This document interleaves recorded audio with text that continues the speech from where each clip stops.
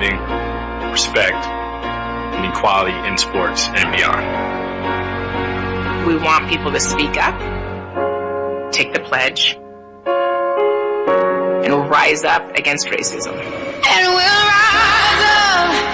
I pledge to treat everyone With respect and dignity. I will not tolerate discrimination or harassment of any kind. I will speak up. Speak up whenever I know discrimination is happening, and I will stand up. Get up. Rise up for victims. Take the pledge at risetowin.org. The following is a special sports presentation of UltimateSportsTalk.com.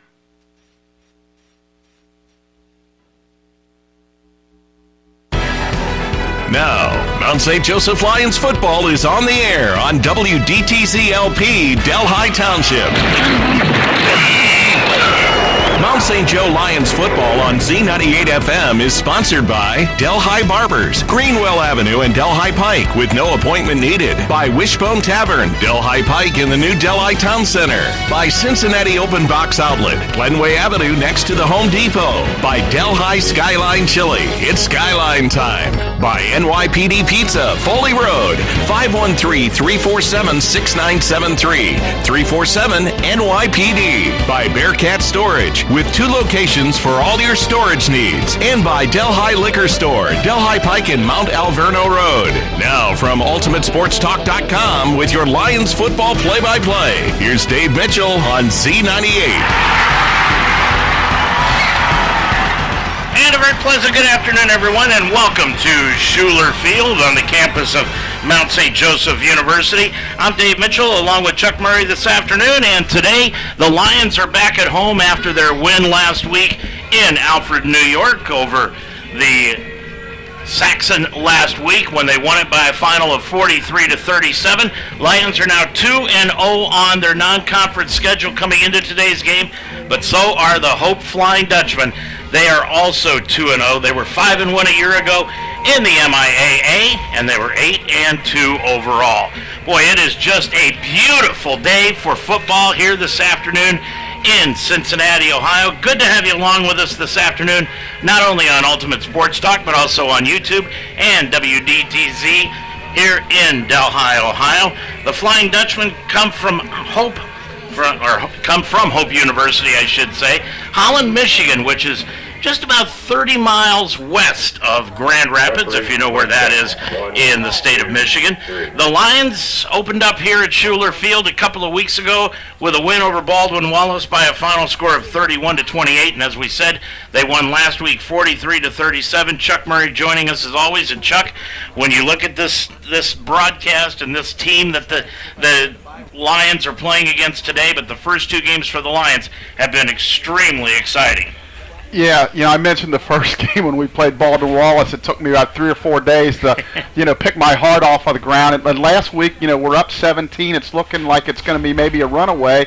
All of a sudden, they make a few big plays, and before you know it, they've got the ball at the end with a chance to win the game and steal it from us. Fortunately, our defense came up with a huge play.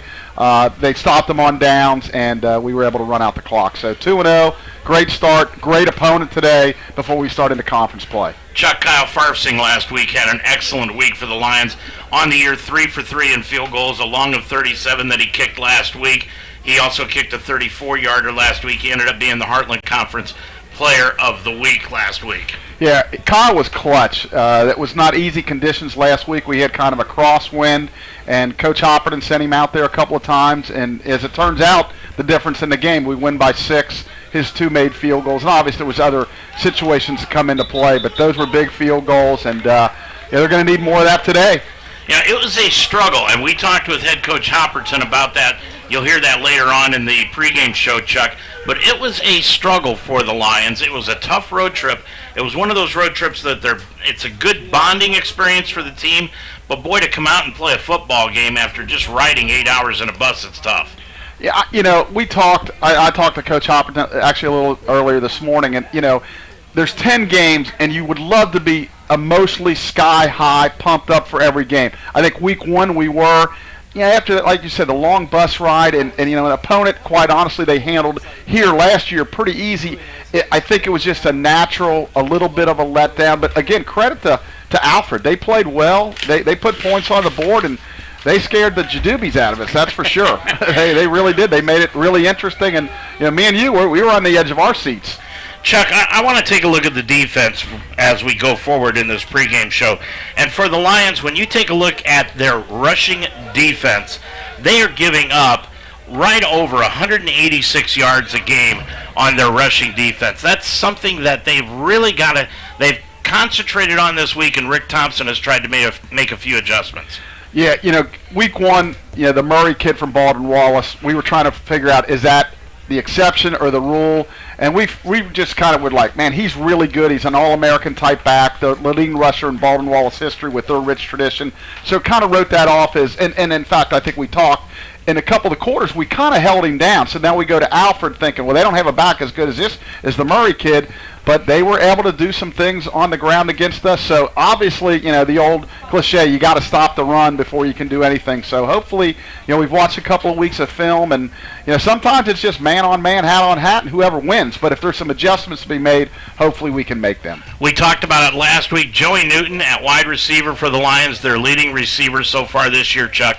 He has really become the go-to guy for Josh Taylor. Joey, he's been clutch. He runs great routes. He's got great hands, and he's a playmaker. I recall the one touchdown last week when it was kind of a scramble of a play. Josh kind of pointing down the field a little bit. Joey broke off his route, and he lobbed it up to him, and he took maybe a 35-yard touchdown, and that gave us a pretty good lead. So, yeah, Joey's been really, really good. He's been really good here a couple of years now, but he's actually taken it up a notch. Newton has caught 12 passes on the year so far for 197 yards and 3 scores, and we had the opportunity to talk to him yesterday. Joey, you become the leading receiver on this team throughout the first 2 games. You and the quarterback have really developed a rapport. How has that developed over the past couple of years? We were actually roommates for a couple of years, so, we know each other a lot, so we get that chemistry between us, and we really work things out. We know the timing, stuff like that, so it just all works out for us. You're the go-to guy that he seems to go to on third downs. Was that by design, or does he just know where you're going to be? I think he just knows where I'm going to be, We got that mental connection between. He knows that I'll be open, hopefully, and he just finds me when he needs to. There's a lot of talent offensive teams here for this team, and you fit in extremely well. When you came into this season, what did you see your role was supposed to be?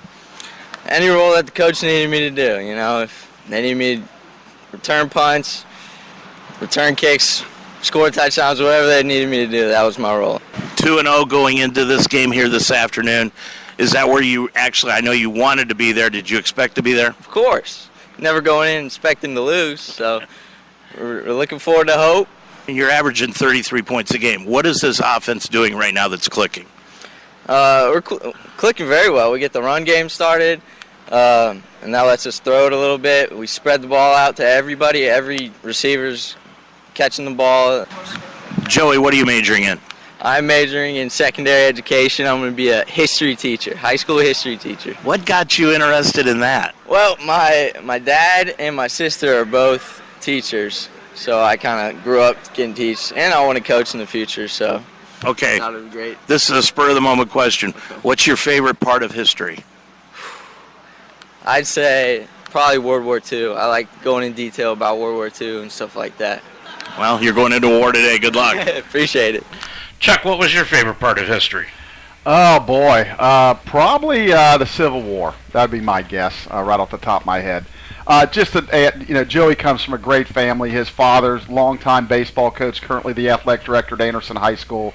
Can't say enough good things about that family. Yeah, they took off at 3 o'clock in the morning last week. They did. To head to New York to watch that game. Absolutely. They wouldn't miss it. Yeah. Now, Josh Taylor, he won for the Lions the second consecutive Heartland Conference Offensive Player of the Week. Taylor probably would have won it the week before, Chuck, had it not been for somebody named Beecham, who ended up winning it with over 320 total yards in offense. But for Taylor last week, 21 of 30 passing, 305 yards, and 5 touchdowns so far. He was the the Lions' second player in a row, as we said, that won the Heartland Conference Player of the Week. And you really didn't see that coming out of Josh, because it was one of those games where he just wasn't that impressive, but just continually was good for the Lions and helped them to that win. The thing that's impressed me the most about Josh, the 5 TDs are fantastic, and the rushing and all those things, it's his decision making. He's making really good decisions on third down. He's not forcing it where it'd be a turnover. He's running for the yardage, making the passes. I just think, and it goes back to, I think I mentioned a couple weeks ago, when they scrimmage center, during the scrimmages, once a quarterback passes the line of scrimmage, they blow the play dead. So it made him stay in the pocket more and give a chance for the receivers to get open and for things to develop. So I think that really played a key, and that he's just making really good decisions, and we're scoring some points. Here's another one that was surprising. Cornell Beecham, 11 rushes, 103 yards. He also caught 4 passes for 37 yards, had his first touchdown of the year. Defensively, though, as we said at the top of the pregame, the Lions looked porous again through the first 3 quarters, but Nate Owens led the team in tackles with 9. Austin Price, who will not play today, by the way. Price is out with a sprained ankle. If this was a game where it was really the championship was on the line, they said Price would probably play, but since they can let him off this week and give him that extra week next week with the bye week, they figured this was the best way to go. Yeah, and I think that's the right decision. I mean, you want to win every game, and we certainly want to win this because we feel like we keep winning. We build towards that special season. Having said that, if he goes out there, really injures himself, now he's out for 4 to 5 weeks. Would love to have him out there. I'm sure he'd love to be out there, but I think it's the right decision. And taking his place will be Justin Dreiling. And, of course, remember Justin Dreiling from last week missed a pick-six interception, and then the very next play missed another interception. Well, I guess at least he was in the right position. He was in the right so place. From that standpoint, and maybe this time it'll stick to his hands, but, at least we knocked the balls down and held him and got out of there really with a win because, like I said, it looked like a routine win, then all of a sudden it became nail-biting time. Lions 2-0, Hope 2-0. We'll be back to take a look at the Flying Dutchman right after this timeout. Take your game to new heights at Mount St. Joseph University, where Division III champions are made. We coach our Lions to become leaders who will win on the field and in their career. With 23 athletic teams and cutting-edge facilities, we are the NCAA Division III university in Greater Cincinnati. Are you ready to compete with the heart of a Lion and become our next champion? Learn more at msjlions.com. Dayton Children's cares about the health of your children. Hi, I'm Kirk Herbstreit. Growing up in Centerville, my parents taught me the importance of being healthy, and now I'm teaching my kids. Childhood obesity is on the rise, but there are small steps that we can take to fight it. Turn off video games and go outside, ride bikes, go to the park, or learn a new dance. Parents, once we get moving, our kids will follow. Get moving! Dayton Children's, experts you trust, caring for the children you love. Hope getting set to take on the homestanding Mount St. Joseph Lions here this afternoon. I'm Dave Mitchell with Chuck Murray. This is the first ever meeting between these two teams. It's a 2-year contract, so we'll be going north next year to take on the Flying Dutchman.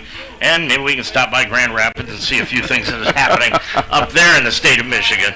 But nonetheless, the Dutchmen have won 3 straight, including their season ender with Trine last year. They won that game with Trine. They forced 7 turnovers, including 6 interceptions, and returned 2 of the miscues for touchdowns in the second half last week against Co. Yeah, they lost the total yardage battle, 329 to 248. But again, as we know, statistics are for losers. You're outgained by it because you're intercepting passes all the time and getting short fields or taking it to the house. So defensively, it sounds like they're really like ball hawks. We're going to have to take care of the ball. They've scored 30 points plus in both of their games so far. But on the other side, they've given up, 34 and then 24. So hopefully offensively we'll be able to put some points on the board. Yeah, they play the same defensive scheme that the Lions play, that 4-3-4 defense. So we practice against that almost every day. So hopefully we'll get some points on the board. I feel like we will. And that's what the team is really excited about. They feel like they've seen this defense practicing against their other teammates all along, so they're ready to go against this thing, and they think they can put some points on the board, like you said. Yeah, and again, there's not many games that are won 13-10, so we're going to have to score some points, and until our defense comes around or can hold teams to 17, 20 points, it's going to take probably 30 points to win the game. Chase Brown is their quarterback. He's a 5'10", 216-pound senior. Now, he is primarily a throwing quarterback. He's throwing and completing 59% of his passes this year, 4 touchdown passes, 2 interceptions. He's got a quarterback rating, Chuck, of 139.5. But realistically, when I watched him play against Coe last week and the week before for Hope, he wasn't that impressive a quarterback, and they don't rely upon him to win games. They really rely, hard to believe, upon their receiving core. Yeah, I think it's one of those cases where they hope he can make the routine throws, don't expect him to make the spectacular, and they're going to win games on defense, too. Obviously, last week they won the game on defense. So hopefully we can keep them guys in check enough to let our offense put enough points on the board to get this win. Their leading receiver is T.J. McKenzie. McKenzie has caught 16 passes, 280 yards, 2 touchdowns. He's a senior, 6'3", 218 pounds. When you look at this starting lineup, Chuck, for Hope, they are starting 7 seniors and 4 juniors. Yeah, it's clearly a veteran-type team. You mentioned his long was 74. He's averaging 17.5 yards a catch, which is very impressive. Of course, the 74-yarder maybe balloons that up a little bit. But they got a couple good receivers. The other receiver, Terrell Harris, I think he has a couple of touchdowns, averaging 17.1 also. So it could be, I don't know, you watch the film, run after the catch, or maybe it's just they're beating their guys deep. A lot of it had to do, but McKenzie did beat one deep last week. Sophomore linebacker Andrew Debris of DeWitt, Michigan. He's out of DeWitt High School. He led Hope in tackles with 12, including 5 solo stops a week ago. And another defensive back that they have got, Andrew Gill, he is leading them not only in tackles, but he has also got an interception and a fumble return for a score. They are only managing, though, offensively, Chuck, 245 yards of total offense, 66 on the ground, and 179 through the air. Yeah, and again, that's where I go back to, are they struggling on offense, or is it because they're getting turnovers where they're either scoring and then so you don't get a chance to possess the ball, or are they such short fields that, so again, that total yards, sometimes it's a true indicator, other times it's a very false indicator. So I guess we'll find out here in about 13 minutes. Peter Sturzma is their head coach. He's in his 7th year. 42 wins, 11 losses in his career. He's 28-4 in the MIAA. In 6 seasons, Sturzma has guided Hope to those records, and they have won 2 MIAA titles, an outright title in 2019, a co-championship in 21, and they finished in 2nd place 3 times during his tenure. They have also won at least 7 games in each of his seasons, including their second 9-win season in team history in 2019, when they made their 5th NCAA Division III playoff appearance. On the other side of the field, it will be, of course, Tyler Hopperton in his 6th year, 34 career wins and 14 career losses for the Lions head coach. We're about 12 and a half minutes away from the kickoff of this game. I'm Dave Mitchell with Chuck Murray. When we come back, we'll take a look at the standings and the schedule today for the Heartland Conference after this timeout. You're a Lions fan. Own it. And we are the radio home of Mount St. Joseph Lions Sports, UltimateSportsTalk.com. Football, basketball, wrestling, volleyball, softball, baseball. We are Cincinnati's sports website and also the home of the Ohio Baseball Weekly Show every Monday night during the baseball season. We are the home of the Mount St. Joseph Lions, UltimateSportsTalk.com. I wanted to grow my leadership skills, but with work and a busy life, how could I fit it all in? Then I learned Mount St. Joseph University offers a flexible master's program in organizational leadership. For about 1 Saturday a month, I studied and refined my leadership skills alongside working professionals and top-notch professors. I'm now the leader I set out to be. The Mounts Organizational Leadership Program helped me climb higher in my career. Begin your ascent at msj.edu/MSOL. Dave Mitchell back with Chuck Murray here this afternoon as the Lions are getting set to take on the Hope Flying Dutchman here today. Dutchman come in with a record of 2-0, but there's a lot of other games going on in Division I college football today. And, of course, the big game this afternoon for Ohio State fans, the Buckeyes will be playing Toledo tonight at the Horseshoe at 7 p.m. That should be just given up for mercy. Yeah, they have those guaranteed money games, and I'm sure that's one of them. Yeah, well, Appalachian State was given $1.5 million to go out and beat Texas A&M a week ago, so that was a nice donation to Appalachian State's athletic department. Kentucky's playing Youngstown State. These are games that are getting underway at noon. Georgia will be at South Carolina. UConn goes to fourth-ranked Michigan. Also at noon, Oklahoma at Nebraska. Scott Frost fell one game shy of going up against his old rival in the Sooners. Gosh, I remember the day when Oklahoma-Nebraska was, one of the probably two or top three marquee games in the end of the season, and now it's just kind of an afterthought. It really is. They hardly ever play anymore. Coming up also later on today, Penn State will be at Auburn, and we'll have a preview of that game, along with a preview of the Cincinnati Bengals playing at Dallas tomorrow. But today in the Heartland Conference, there's a lot going on. Last week, we told you about the Lions' 6-point victory, but elsewhere, Albion just demolished Bluffton 51-2 in that game. That one was just a bloodletting. Yeah, looking at, you'll read all the results and stuff. Our league did not have a very good week. Not at all. 2 weeks in a row. Yeah. They really haven't had a good week. Adrian blanked Hanover 33-0. At least they got that game in one day. It was Aurora over Franklin 49-16. DuPont shut out Anderson 55-0. The Ravens have not scored yet. That's a tough one for them. They've been blanked 2 weeks in a row. Alma over Manchester 49-7. Trine edged Rose-Hulman 24-23. Well, we were driving home from New York, and we were talking about it. I said, well, it's 23-3 in favor of Rose, and I didn't even look till the next day. My son Patrick tells me that Trine came back and won. I think Rose-Hulman's starter might have got hurt, quarterback, and they came back, and I didn't even know till the next day.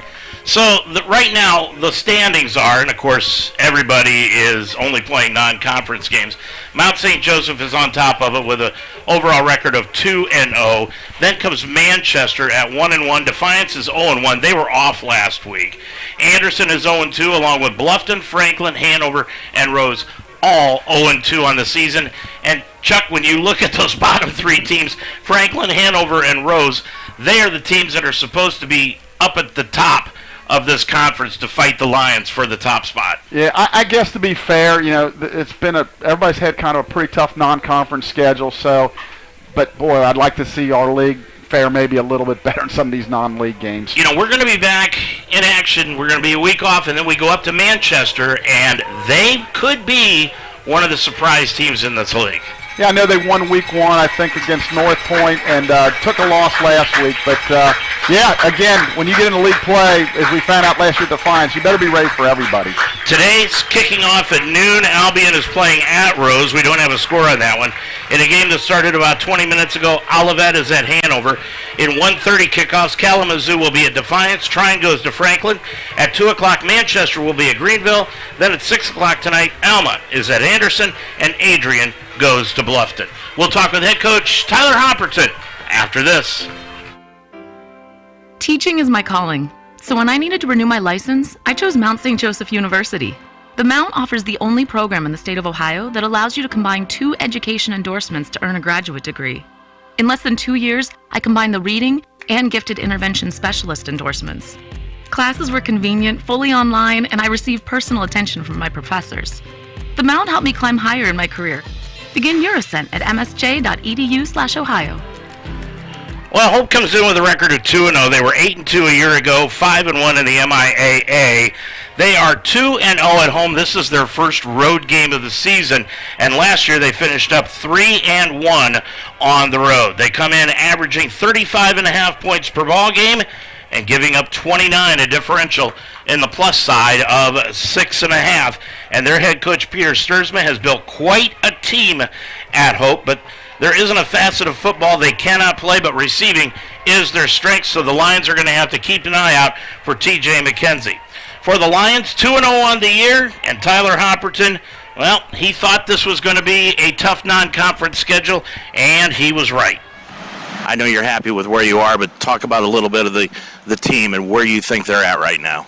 Yeah, as I told our guys, I mean, you never take a college win for granted, and we found that out last year, and having a bad loss and having some losses, not playing our best and that sort of thing. So 2-0 is definitely better than the alternative.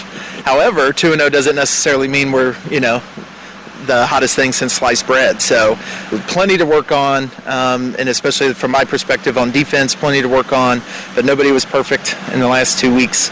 So I feel like we've had a good week of practice, honing in on that. I feel like the guys have been focused and working on those issues.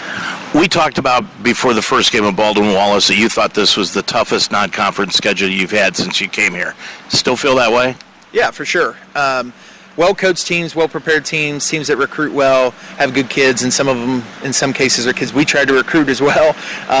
But, Hope has had a long track record of successful football and in a league that, we've struggled against, and not only as with us, but in our league. The MIAA is, kind of had the HCAC's number, and they're picked to win that league this year, so it's definitely kind of ups our non-conference schedule this year. Hop, what worries you right now about the defense and what appears to be the inability to stop the run?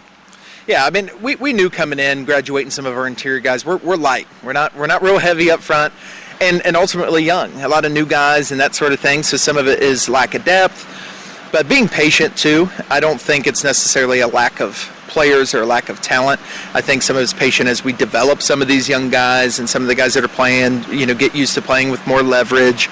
It's also Coach Thompson and our defensive staff getting used to, what are some alignments and plays that could help us a little more given, what we're giving up on the ground.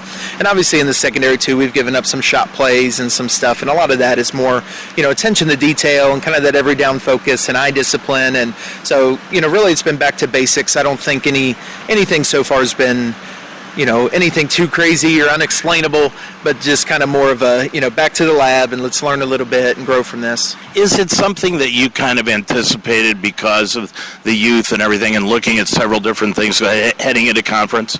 Yeah, for sure. I mean, we graduated, I think, 5 defensive all-conference players last year, some of which have started for us 4 or 5 years. So you lose a little bit after that, and not just in terms of gameplay, but everything in terms of how you practice, so, what the expectations are, how you watch film, all that stuff. So, we're definitely talented, and that's why we're still winning, because guys are still flying around, and we're still aggressive on defense, but I think the youth is, has gotten us in spots and that sort of thing.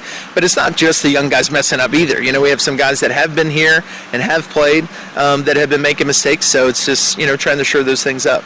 I watched the Hope Co game, and Hope got off to a very slow start and then seemed to pick it up. That seems to be the story of their season. They're starting out slow, then pick things up.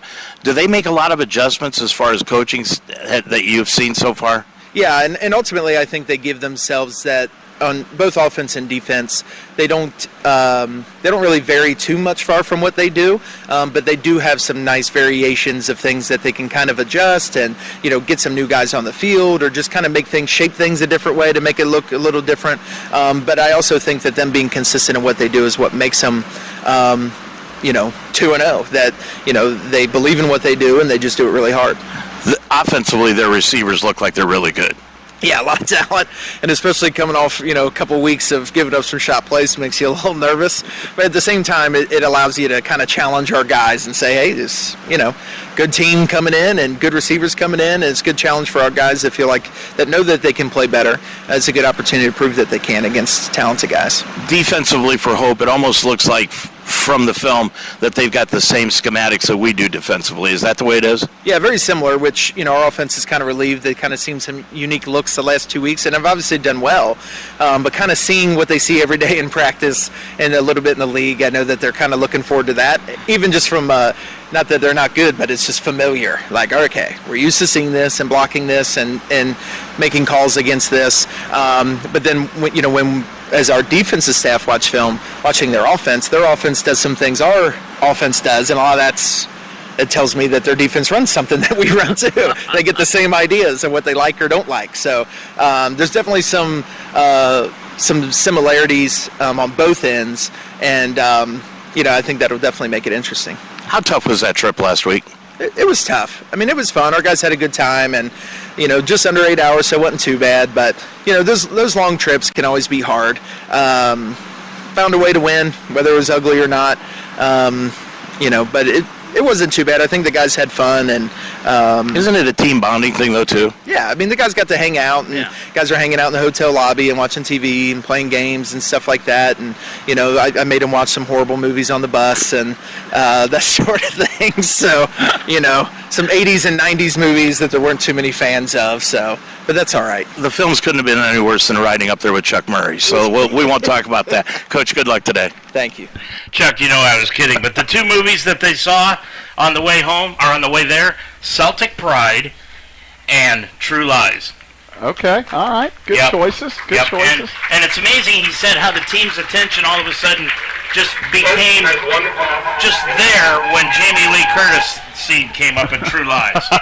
So it was amazing how all of a sudden they started paying attention. Anyway, Lions getting set to get this one underway. 2-0 against Hope, and Hope 2-0 against their non-conference schedule. I'm Dave Mitchell with Chuck Murray. We'll be back with the opening kickoff after this. Take your game to new heights at Mount St. Joseph University. With 23 athletic teams and cutting-edge facilities, we are the NCAA Division III university in Greater Cincinnati. Learn more at msjlions.com. Hope won the coin toss, I should say, and they have deferred to the second half, so the Lions will be getting the football to start this football game. They are adorned in their dark blue jerseys here today, white numerals, gold pants with gold trim, and the white helmets. And for Hope, they're in their road white top jerseys with orange pants, orange numerals, and orange helmets. They almost look like the old-time Cleveland Browns. Yeah, or Syracuse a little bit. Yeah, the orange. That's better than the Browns. We'll go with Syracuse. Well, the Lions, since they chose to receive, Hope is going to take the win in the first quarter. There was no wind a couple hours ago, but now you can see the flags on the goalpost, and there's definitely some wind. Dylan Hilger is going to kick it off. Hilger is a senior, 5'10", 189 pounds. When you look at this roster for Hope, they've got just a couple of guys from Ohio and one very near and dear to our hearts, and I'll be telling you about him coming up. He's from Lebanon, Waynesville High School. Parker Struing, who is a junior wide receiver. Lions will be going from left to right across your computer screen. Back set to return Cornell Beecham. It's a low line drive kick, and it is going to go right through the end zone and out of play. Boy, oh boy, Hilger put a foot into that one, and the Lions will get it 1st and 10 at their own 20-yard line. Make it the 25. 25. As we begin, Lions, as we told you, in their dark blue uniforms. And across that front line, it's going to be Colin Candra at left tackle, Aiden Studeville at left guard, Danny Mabe at center, Delvin Sawyer's the right guard, and Sam Martin is the right tackle. Josh Taylor, the quarterback. He's got Cornell Beecham right behind him out of the pistol formation. Omar Porter is going to line up off the ball out to the near side. Joey Newton, our pregame guest, out wide left also. Hand off to Beecham off the right side. Breaks a tackle across the 28. Gets out to the 29-yard line, close to the 30. Gain of 4 and a second down, 6 yards to go for the Lions. Yeah, Cornell kept his feet moving there. Picked up. He was hit about for a 1 or 2 yard gain. He turned it into a 4-yard gain. Lions going from left to right across your computer screen. We've just begun one play. Taylor, fake handoff, looks up the right side. He's got to throw the ball deep. He's got Porter open at the 40-yard line. Caught the ball, went up in the air, and is run out of bounds at the 35-yard line in Hope territory. Yeah, he beat his man right off the gate, and he was open. Beautiful throw by Josh right down the sideline. 37 yards on the completion. And the Lions are setting up shop now in Hope territory.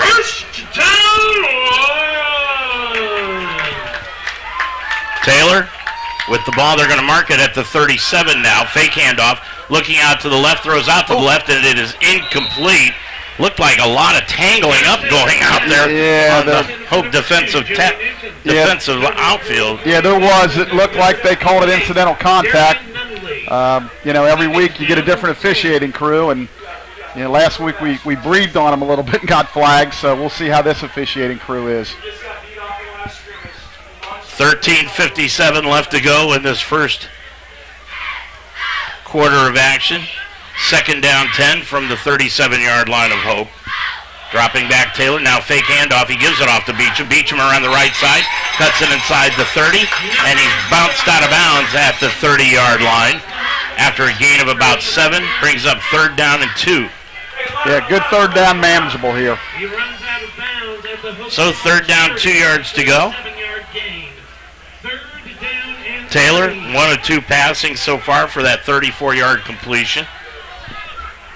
Gary Powell in at tight end. Porter comes out wide to the right side. Hunley out wide to the left-hand side for the Lions. I would think 2 runs here if necessary. It is 3rd down. Call it a short 3 yards to go. Yep, Taylor throws a little flank pass, and it is complete to Beecham. Beecham 25-20, broke a tackle, and he's going to be hog-tied and brought down inside the 15 at the 12-yard line. It was almost like a run. Little swing pass, get Cornell out in space, and he easily picked up the 1st down, and we're down to the 11. 18 yards on the completion. Lions looking good here on the first drive of the ball game against this Hope defense. Flying Dutchman kicked it through the end zone. Lions so far have driven it down to the 12-yard line. 1st and 10 for the Lions. They can pick up a 1st down without getting a touchdown. Taylor throws it out into the flat again to Beecham. Beecham inside the 10 to the 5, broke a tackle, and he's going to be stopped at the 3. 8 yards on the completion. Boy, is he a load to bring down, Chuck, or what? Again, he keeps them legs and moving, and he's just a load. But he's a national champion wrestler, so he's got some strong legs. Leading the ball game is Newton and Cam York. They're out. Porter's back into the ball game. Slot left is going to be Jake Ayler.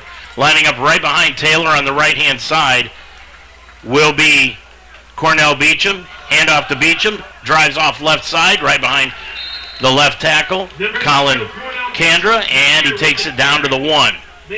He's close to a 1st down. Boy, I thought he made a 1st down, but they're going to say he's a little short. They're going to spot him down at the 2, Chuck. Yeah, boy, it looked like he had it. Looked like he had a lot more than they gave him.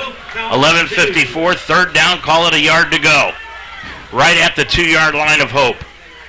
Beecham to the right now, Taylor gets the handoff again up the middle into the end zone. Touchdown, Lions! Cornell Beecham, his 2nd touchdown of the year, his 1st rushing, and the Lions with 11:41 left to go in this first quarter of action, now lead it by the score of 6-0. A very, very impressive drive to start the game.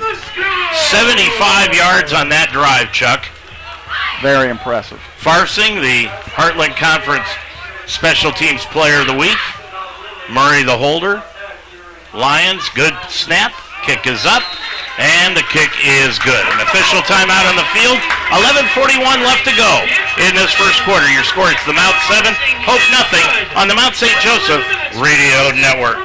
Odyssey now has hundreds of new exclusive music stations for you to discover your new summer soundtrack. Get moving with worthy workouts for a cardio sesh fueled by today's top artists. Hanging with your crew? Throw it back with picnic party for old school jams for your cookout. Or sail away with Odyssey's new yacht rock station, Jugger Yacht. For summer barbecues, road trips, or relaxing poolside. Hundreds of new exclusive stations, plus all your favorite local radio stations and podcasts. It's all on Odyssey. Thank you, NYPD Pizza, for your support of Mount St. Joseph University football on Z98. NYPD Pizza, 5329 Foley Road, and NYPDpizza.com. 8 plays, 75 yards, Chuck, for the first score of the ball game. Yeah, I always like if I win the toss to defer, but if you lose the toss and you get the ball, boy, you get right ahead like that, and you put them behind the 8 ball right away. So to me, if you lose the toss, that's the only solution you have. Go down and score, put them behind the 8 ball, because they got the ball coming out of the second half. So back set to return for Hope is Dan Romano. Romano, a 5'11", 226-pound senior. High kick by Farsing. Romano is going to let it go into the end zone for a touchback. Kyle showing good leg strength there. Last week he was squibbing a lot. They let him loose, and he kicks it for a touchback. And the wind is blowing right into his face. What wind we've got here today. Right. So The Dutchman will take it over. They've got Chase Brown at quarterback. Kenya Houston will be the starting running back. They've got McKenzie, a wide receiver, along with Terrell Hayes and Carter Knopfsinger are their wide receivers. And their starting tight end is Eric Hoogland. I'll give you the front line after this play. Brown, 139.5 quarterback rating coming into the ballgame. 4 touchdown passes, 2 interceptions. He is a 5'10", 216-pound senior, number 13. Lined up for the snap with Houston right behind him out of the pistol, but then he looked over to his offensive coordinator, Andrew Hawken, who's in his 6th year. Handoff goes to Houston off the right side, takes it across the 25, out to the 30, and that is not what Rick Thompson and Tyler Hopperton want to see here today. Another rushing performance by a running back. No, I kind of expect them to get a heavy dose of the run, try to keep the ball away from our offense. Control the clock. Houston came in with 26 carries, just 115 yards in 2 games, and 1 touchdown. He's a 5'9", 196-pound senior, number 26. His backup is Dan Romano, and he doesn't have much more than that, 14 for 42 yards. Handoff Houston, cuts back behind the center, across the 30, out to the 33-yard line, make it to 34. Gain of 4. Brings up 3rd down and a long yard to go with 10:50 remaining in the first quarter. Lions leading it 7-0. 3rd down and about a short yard to go. Ball resting just inside the 34-yard line. They need to get right to the 35. Brown turns around, hands off to Houston, off the left side, got the first down, fumbled the football, but it was because he hit the ground, and that's Houston with the carry, popped it for 2, make it about 3, and that'll give Hope a first down at the 37-yard line. Yeah, they're not huddling up, they're kind of going with a hurry up, call the play at the line of scrimmage. Terrell Harris comes out slot left. Out wide to the left is Carter Knopfsinger. McKenzie out wide to the right. Offensive line goes Luke Marsh, a 310-pounder at the left tackle spot. Dylan Clem, a 295-pound left guard. Handoff Houston right up the middle. Takes it to the 40, out to the 43-yard line. That's a gain of 6. Yeah, what worries you, it's a hot day out there, and if they can run the football like that, they're going to be our defense is going to be on the field a lot. Cole Hartner is at the center position, 257 pounds, a senior. Then comes Andy Chalette. Chalette has got a 250-pound frame on him, 6'5", a junior at right guard, and at right tackle, Josiah Snapper, number 67, a 6'2", 255-pound junior. And the handoff goes to, spun away, and that's Houston, spun away from the tackle at the line, broke across midfield, and down to the 40, inside the 45. They're going to put him right at the 45-yard line. Had him bottled up and just couldn't finish the tackle. Would have been a loss. He squirmed out of there. Lions got to be better at the line of scrimmage and tackling. That's one of the things that the coaches have talked about. Coming in, Hope only averaged 102 yards on the ground per game. Right now they've got about 40 yards. And a flag called by the side judge. That's going to be the first penalty of the game, marked off against Hope. Full start. Offense. 8-3. Well, microphone's not in great shape. Forget the echo. That was a false start against Hope's offensive line. That'll mark them back 5 yards to midfield, right at the 50-yard line. 8:40 and running left to go in this first quarter of action. Lions leading it 7-0.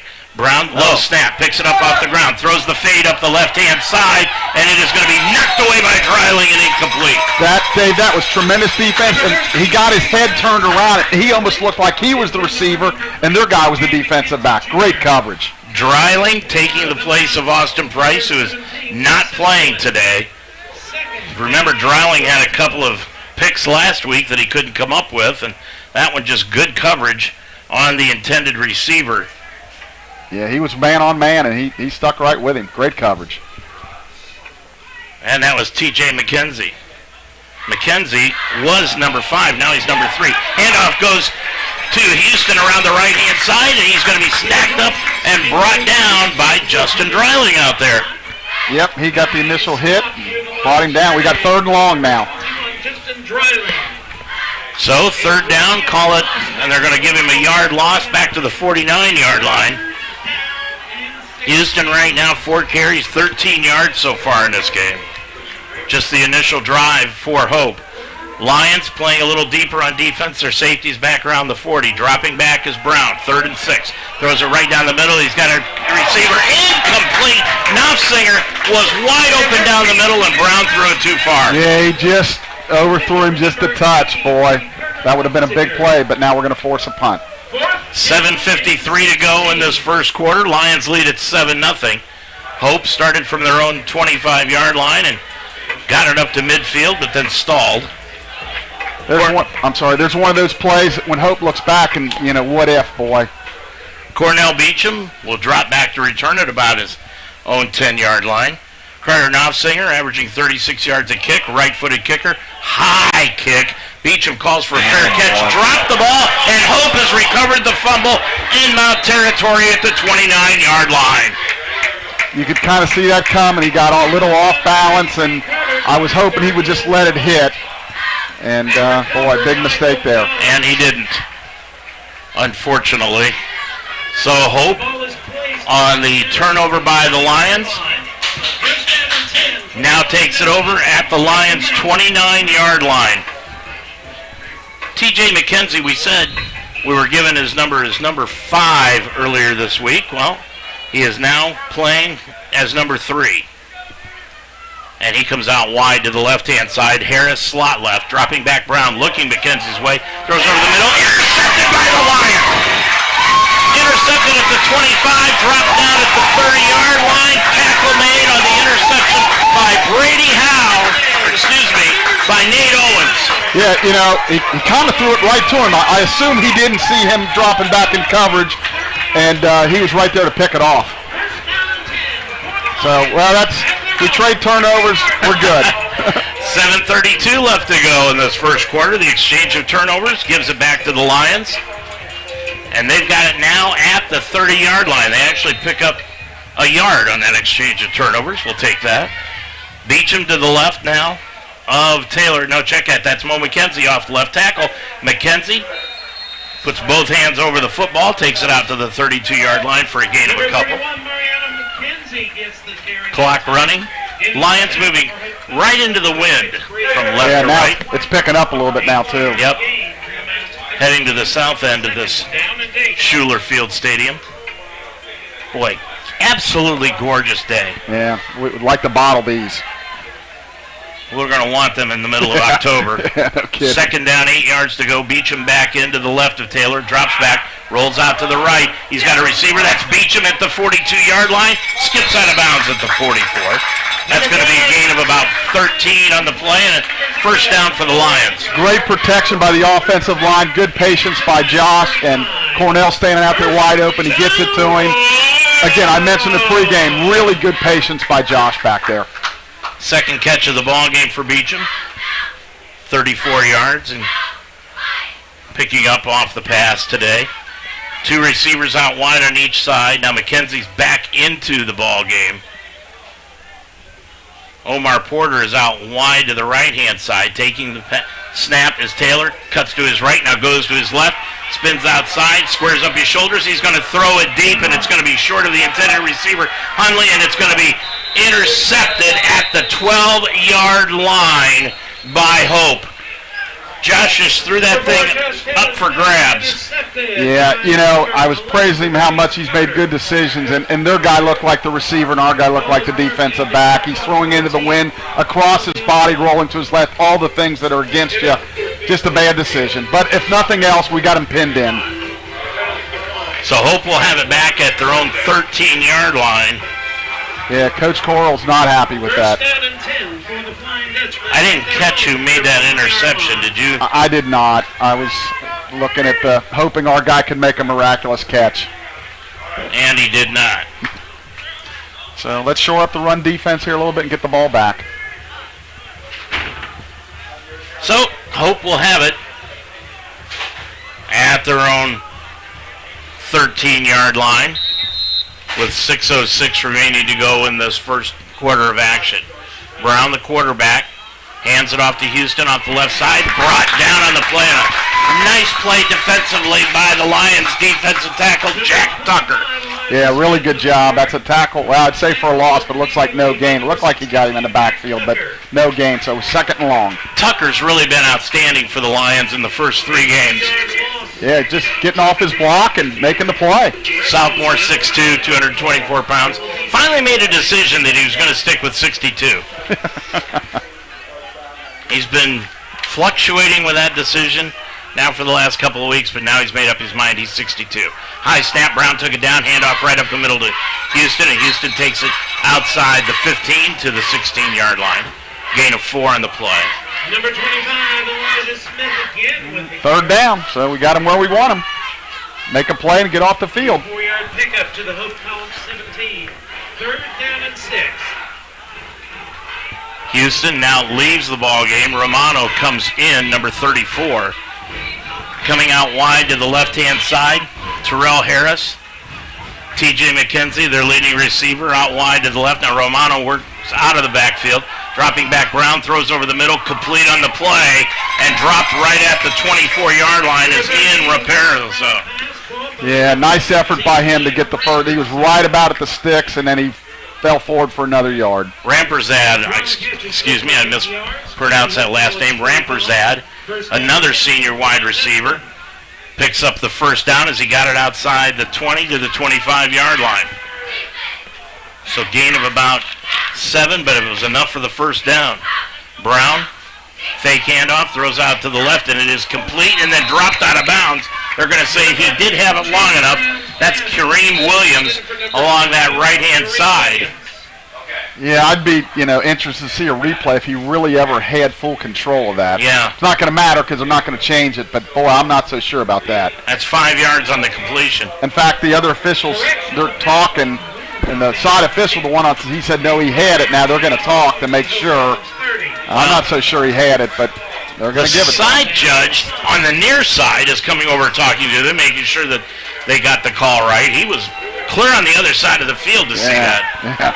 4:17 left to go. It's second down, 5 yards to go for Hope. Typically, you don't see. Usually, it's a bobble. You don't see it that way. Romano to the right of Brown, now moving in motion. Dropping the snap, Brown. Lions jump on it. They got it on the fumble recovery. Lions recover the football. And it looked like Noah Hammond got the fumble recovery, and the Lions will take it over now at the Hope 27-yard line. Well, defensively, we've created 2 turnovers so far, so that's what it's all. We talk about total yardage, all that. Typically, whoever wins the turnover battle is the one that's going to win the game. 4:02 left to go in a fast-moving first quarter. 7-0, Lions lead it, and now they set up shop in Hope territory. Josh Taylor, the quarterback.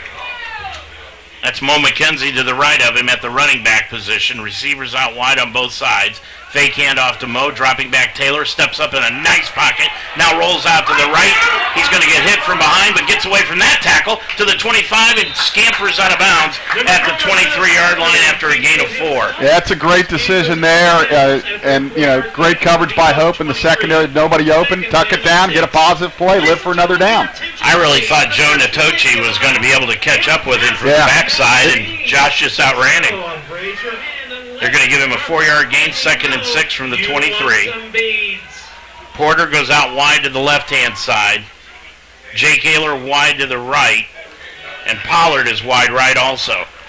Handoff up the middle, goes to McKenzie. And McKenzie just lost his footing, dives forward to about the 19-yard line for a gain of about a yard. And he probably left 10 more yards out there on that one. Oh, that's a shame. Really big hole. Our line did a really outstanding job there opening up that hole, and just unfortunately slipped. So it'll be 3rd down. Call it about 4 yards to go. 3:19 and running left to go in this first quarter. Lions lead at 7-0. But it's 3rd down, 4 from the Hope 21-yard line. In motion to the near side. is Ayler. Now running over the middle, and it is going to be caught by Pollard, and he's going to be brought down at the 8-yard line on the play. Caden Pollard with a big reception over the middle, took a big hit, held onto the football. First down and goal for the Lions. Outstanding catch. Throw was a little bit behind him. He made a nice adjustment to the ball. As you said, took a hard couple of hits, hung on. We're first and goal. It's first and goal for the Lions. 2:43 and running left to go in period number 1. Lions up by a touchdown. Taylor has Beecham to his left-hand side. Ayler and Porter. Handoff goes to Beecham around the right side. Breaks a tackle into the end zone. Touchdown, Lions! Great running by Cornell. Showed some patience there. Broke a couple of tackles, and boy, it looks good. Back to the previous play on that catch, too. Josh threw him a fastball, and he made a heck of a catch. 2:25 left to go in period number 1. Lions have jumped out 13-0. Kyle Farfsing, number 10, coming in to attempt the extra point. And right now in the first 13 minutes of this ball game, the Lions looking good. Snap, low snap. Murray gets it down, though. Farfsing kicks it up, and it is wide right. No good. 2:25 to go in this first quarter. The Lions lead it 13-0 over Hope on the Mount St. Joseph Radio Network. Thank you, Wishbone Tavern, for your support of Mount St. Joseph University football on Z98. Wishbone Tavern, 5251 Delhi Pike, and wishbonetavern.com. Thank you, Bearcat Storage, for your support of Mount St. Joseph University football on Z98. Bearcat Storage, 2 locations on Delhi Pike, and bearcatstorage.com. Thank you, Cincinnati Open Box Outlet, for your support of Mount St. Joseph University football on Z98. Cincinnati Open Box Outlet, 6252 Glenway Avenue, openboxoutlet.com. Dave Mitchell right back here at Schuler Field with Chuck Murray. Lions, after that drive, 4 plays, 27 yards, and they've got a 13-0 lead. Dropping back, set to return is Knopfsinger. Good high kick by Farfsing. Knopfsinger will take it in at the 7 to the 10, 15, 20. Breaks a tackle outside the 25, and he'll be stacked up and brought down at the 27-yard line after a tackle made by Nicholas Paff and Dylan Wilson. You'd love to hold them inside the 25, but they're at like the 27, so that's fine. And if I'm Hope, I'm thinking, I've run the ball okay. My passing game hasn't been great. What do we do? They got hit in the mouth so far. Well, that's what it looked like last week against Coe, and then all of a sudden their defense just stiffened up and caused more turnovers than that.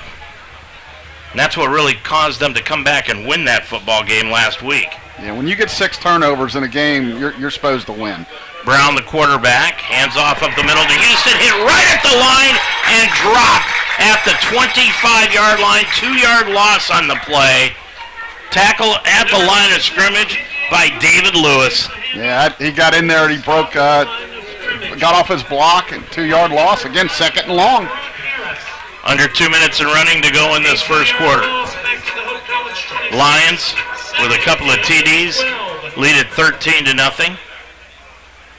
McKenzie comes out wide to the left-hand side. Harris slot left. Receivers out wide on the far side. Moving in motion is Houston out of the backfield. Now dropping back Brown. Good pocket. Rolls out to the right. Throws over the middle. Complete. And that is complete on the play. Looks like to the intended receiver, and it is Ian Rampersad.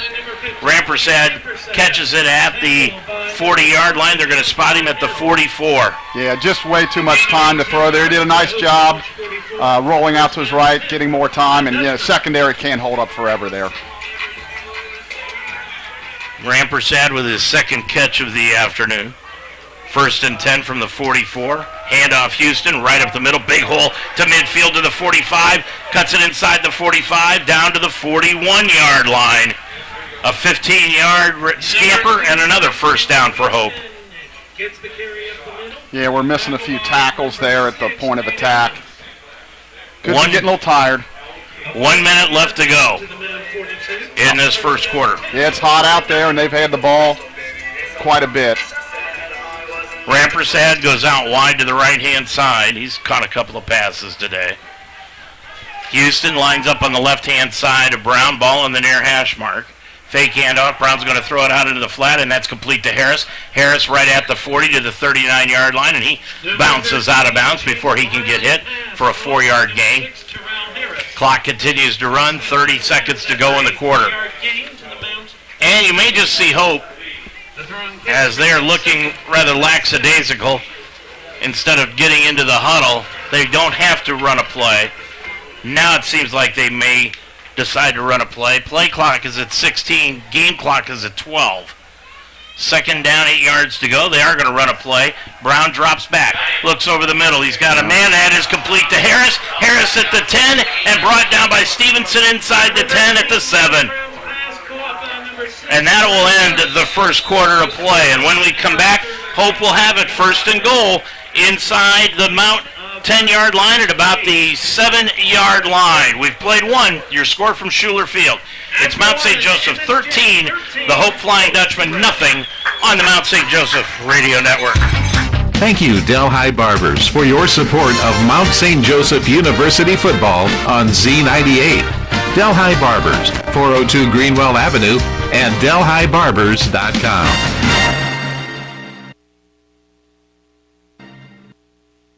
Hi, this is Morgan Freeman. Has anyone ever said, you're the picture of health?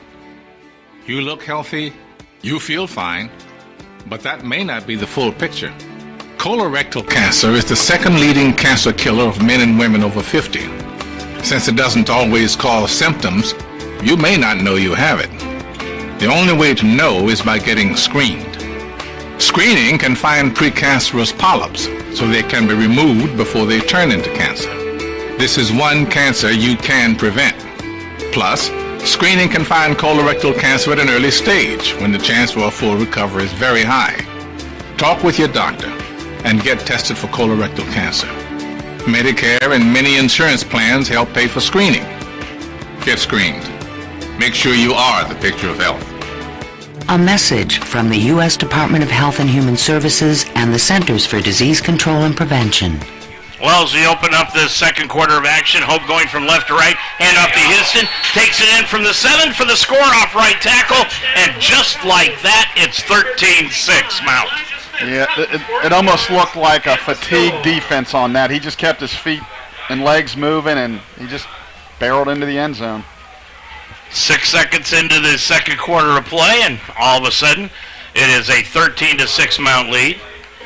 Coming in to attempt the extra point will be Dylan Hilger. Hilger, right-handed kicker.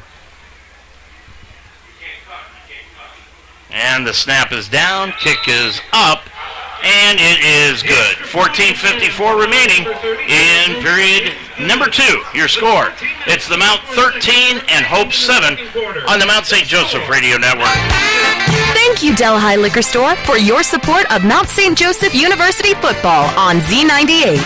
Delhi Liquor Store, 5193 Delhi Pike and DelhiLiquor.com. Thank you, NYPD Pizza, for your support of Mount St. Joseph University football on Z98. NYPD Pizza, 5329 Foley Road, and NYPDPizza.com. We got some NCAA Division I football scores. Georgia 24, South Carolina nothing. That's at the half. Number 1 Georgia. Michigan 38, UConn nothing. Halftime. Oklahoma 35, Nebraska 7 at the half. Kentucky leading Youngstown State 21-0 second quarter, and Baylor ahead of Texas State 21-7 second quarter. Dave? 14:54 remaining in this first half of play. Lions leading it by 6, and Hilger will kick it off, but the wind blew it off the tee, so he'll reset that for the second time. Dropping back, set to return, Beecham, and Zakeem Hunley is back, set to return this kickoff also for the Lions. Hunley on the near side, Beecham on the far side. And Hilger re-tees it up. He'll kick it off. Deep kick. Beecham in his own end zone. Catches it 3 yards deep and will take a knee. Well, he's got a strong leg, Dave. Against the wind, he still kicked it in the end zone. Yep. with the wind, he kicked it out of the end zone with the wind in. So, but good decision by Cornell. We'll take it on the 25, and we've been moving the ball and doing some good things. So let's see what the Lions can do in this possession. 14:54 left to go in the first half of action. Coming up at halftime, we'll preview the Penn State-Auburn game and also the Cincinnati game tomorrow at Dallas against the Dak Prescott-less Dallas Cowboys.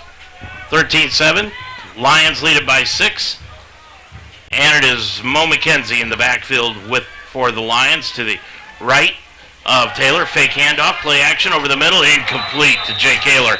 Had it in his hands and dropped it after he was hit immediately trying to catch that pass by Sam Cochran. Yeah, Joey cut over the middle, and the ball arrived about the same time he got hit. He just couldn't hold on. You're playing with fire if you go up against Cochran. He's got 2 interceptions this year. Yeah, well, the other guy's got 3, so. Vanderkoy, 3 interceptions, so their secondary is combined for 5 INTs so far. 14:49 left to go. Fake handoff McKenzie. Taylor is going to throw it deep up the right-hand side. He's got a receiver, that's Huntley, and it's going to be pass interference called against Hope. Actually, that's a good defensive play because if he doesn't interfere, it's a touchdown. Yep. Looked like Darian Nunley out there just reached out and grabbed.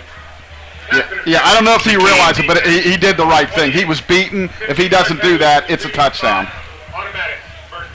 So Coach Coral, he's taking some deep shots. So that'll be a 15-yard penalty, and it will take it up to the 40-yard line. And actually, Chuck saved them about 25 yards. Yeah, it saved him a touchdown is what it saved him. Yeah. Lions have it up to their own 40-yard line, 1st and 10. Taylor looking things over. Fake handoff. Now he gives it off to Beecham up the right side, right up the middle. Cut it to the right and then up the middle and takes it out to the 49-yard line. That'll be a gain of 9 on the play. Yeah, you like those 2nd and 1s. Those are nice as an offensive coordinator. A lot in the playbook there. 2nd down, 1 yard to go. Taylor looking things over. He's got Beecham to the left of him. And the handoff goes to Beecham off the right side. Has the 1st down inside Hope territory. Run out of bounds at the 45-yard line. While we've got this opportunity, we've got birthday wishes going out to Mare Carrill, the daughter of offensive coordinator Caleb. Had her 1-year birthday yesterday. Yeah, I remember. How about that? Time goes so fast. I felt like he was just born yesterday, and, Caleb, it's a year already. Congratulations to the parents and her. Do you remember your first birthday cake? No. No, okay. Just making sure. 1st and 10 for the Lions. They gave him a 1st down on that play. Ball at the 45. Taylor drops back. Good protection. Throw over the middle. Complete on the play to Joey Newton at the 40-yard line after a 5-yard gain.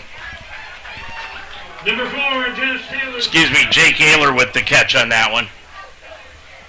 Ayler making the catch at the 40-yard line. 2nd down. They're going to give him 6 on the play. They're going to put him right at the 44, inside the 40 at the 39. Boy, they gave him a lot of yardage there. So it's 2nd down, 4. Trips out to the far side. Now moving in motion to the near side is Newton. Dropping back Taylor. Taylor looking upfield. Now cuts inside the pocket. Runs it to the right. Has the 1st down. Flags thrown all over the place. Taylor's going to bounce out of bounds at the 29-yard line, but looks like it'll be a hold. Yeah. Josh made a good decision. Nobody open. He's going to scamper for the 1st down, but you're right. I think it's a holding call against us. So that'll be the penalty against the Lions. That'll be the first penalty of the ball game against the Mount. See Joe Lyons here today. Yeah, we're pulling out all the stops today, Dave. Yep. We've tried interviewing Joe before, but didn't go over very well. 12:54. Guy doesn't talk. Yeah, that makes it tough. Yeah. Tough interview when they don't talk. Yeah.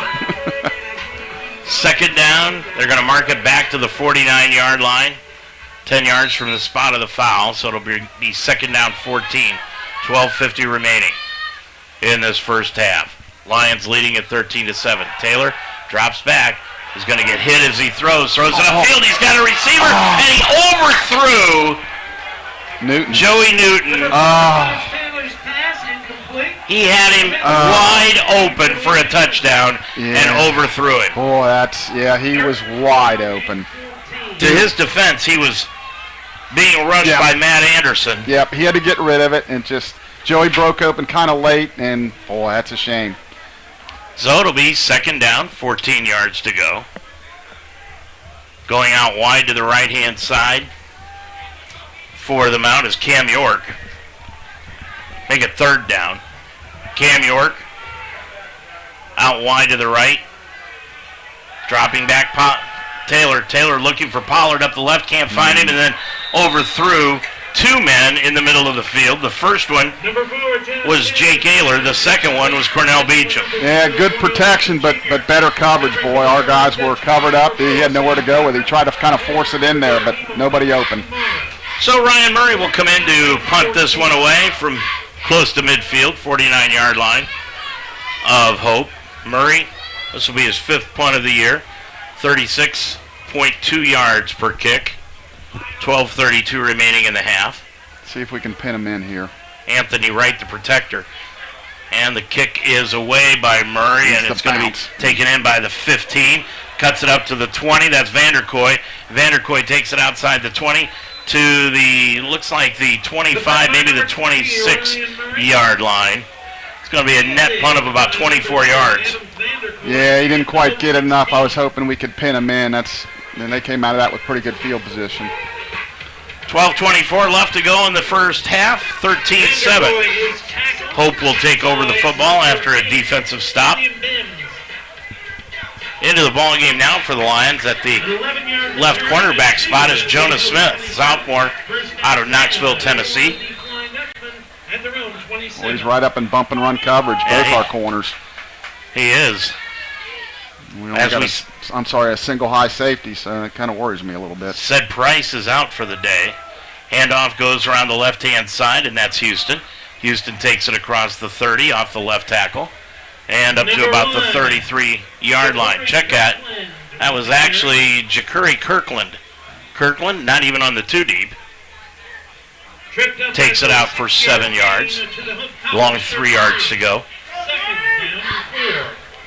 Kirkland, 5'8", 188 yards. He's a sophomore. Getting a series of downs here. Fake handoff, rolling out to the left is Brown. Throws it out the left-hand side, complete on the play.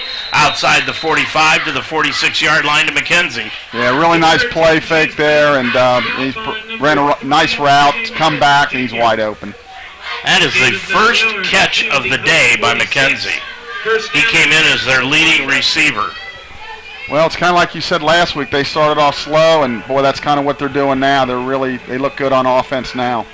11:25 here in the first half, excuse me. And Brown hands off, and that is to Kirkland. Kirkland got hit at the line of scrimmage, bounced it out to the left-hand side across midfield, and is brought down at the 48-yard line. That's about a 6-yard gain. Yeah, really good running there. They had him bottled up, and he busted out of there instead of no gain, about 6-yard gain. It's the tackling at the point of attack, isn't it? Yeah, it really is, and maybe fatigue's playing a little part in it too. Brown out of the pistol, still with Kirkland in the backfield. Receivers out wide on both sides, more of a tight end set now with Fanti at the tight end. Handoff to Kirkland, and Kirkland's going to get hit and brought down right away at the line of scrimmage. Maybe about a yard loss on the play. Jaden Moore in with the initial hit. And then he was put down by Jasper Damewood. A couple of freshmen. Yeah, we talked last week how they used a lot of guys last week, and maybe a day like today it's so hot they're going to have to use their depth. Yep. Third down, call it a short 5, long 4. 10-13 of running left to go in the half. Lions leading it by 6. Hope on third down. Now a flag is thrown. 77. Got some movement on the front line by Josiah Snapper. 5-yard penalty, still third down. Well, unfortunately, our referee crowd mic is not working today. Can't have everything, Dave. No. Worked beautifully week 1, week 2. Yep. Didn't need it week 3. Well, Forget it. 10 minutes to go. Dropping back, Brown on 3rd down 9. Throws it upfield, and it is knocked away. Nice defensive play by the Lions. Deshaun Starks at his cornerback position. Again, they must have worked all week on practice because he turned around. Great defensive play. We get off the field defensively. We get the ball back. You talked about it mainly last week, that they were not turning their heads, and that was the reason for the pass interference flags. Yeah, that was so far really nice coverage there. 9:56. Carter Knopfsinger will come in to punt it away, averaging 36 yards a kick. Yeah. A lot of movement on the line, and now a flag is dropped, and it will be illegal procedure called against. Yeah, the gunner. Yep, the gunner. Yep. It is a 5-yard penalty. That would be on Mamoudou Kali out of Novi, Michigan. 14. You know who had a concert at Novi, Michigan one time? Educate me, Dave. Bob Seger. Well, that makes sense. Yep. That makes all the sense in the world. From Detroit. Yeah. 4th down, 14 yards to go. Knopfsinger, rugby-type style kick this time. Kicks it, gets a roll at the 30, and it's going to be downed at the 26-yard line. I think their guy made a bad decision. I think it was going to keep rolling, but we'll take a 26-yard line. 32-yard punt. Ball at the 26-yard line, and that's where the Mount will take it over with 9:46 left to go in this first half. You'll see that a lot. When a team's against the wind, they'll do the rugby punt, and if they're with the wind, they'll just go ahead and kick it. Taylor, 6 of 12 in the ball game with an interception, 95 yards. Beecham right behind him, 7 rushes, 35 yards, and 3 catches for 40. So he's got 75 yards of total offense on offense and defense. Handoff Beecham right up the gut. Takes it out to the 28-yard line. Just a steady diet of CB here today. Yeah, and there's nothing wrong with that. Number 0, I can think of worse things. with the carry up the middle. That's what they did last week, and remember, he busted one in the 3rd quarter, led to a touchdown. Yeah, he's a ticking time bomb. You get him enough touches, he's gonna do something fantastic. Lions looking to the line of scrimmage after a gain of a couple, 2nd and 8, out at the 27-yard line, making the 28-yard line. Receivers out wide. Joey Newton, Jake Ayler to the left-hand side. Handoff goes to Beecham. Didn't look like a clean handoff, and he got hit immediately around the right side by Mo Kamara. And now we're in 3rd and long. No gain on the play. McKenzie will come into the ball game, and Beecham will scamper out of the contest. Cam York will come in. Jake Ayler will go out to the wide right side. Yeah, they bottled that up pretty good. Just nowhere for him to go. So we got to make a play on 3rd and long here. Give him enough protection. Trips out to the far side for the Lions. Ball in the middle of the field. McKenzie in at running back. He's to the right of Taylor out of the pistol. Now moving in motion to the near side is Newton. Dropping back. Taylor, heavy rush. They blitzed him. Throws. He's going to be hit and dropped at the 20. First time Hope has thrown the blitz at the Lions, and they caught up for him for the sack. Wyatt Tucker, the defensive lineman, he's a load, 6'7", 248 pounds, and he just brought Taylor down. 4th down. Yeah, Josh tried to get away from him. He just couldn't, and boy, now we got to get a good punt out of here. 8:03 left to go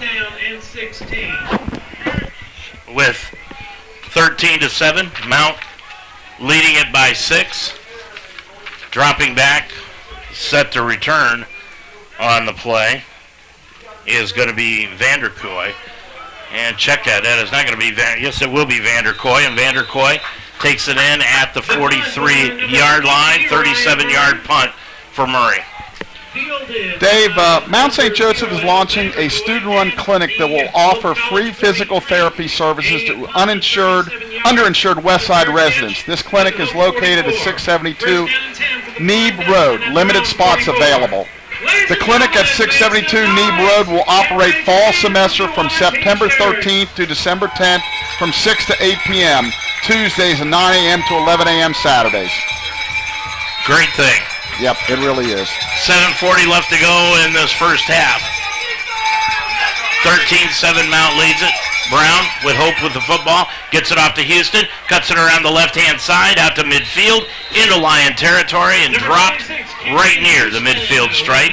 Gain of about 6 on the carry. Boy, he looked like he was going to get nothing, and then popped it to the outside and picked up 6. That's happened quite a few runs, 4 or 5 times. We look like we got them bottled up, and they still make 5 or 6 yards. Hoagland tight end right. McKenzie goes out wide to the left, then Harris is slot left. Rampersad comes out wide to the right-hand side. Moving in motion is McKenzie. Now Brown throws it upfield. He's got a receiver, and it is into the hands and through the hands and dropped of Kareem Williams. Boy, he had 6. Yeah, he was open, and fortunately for us, they weren't able to make the play.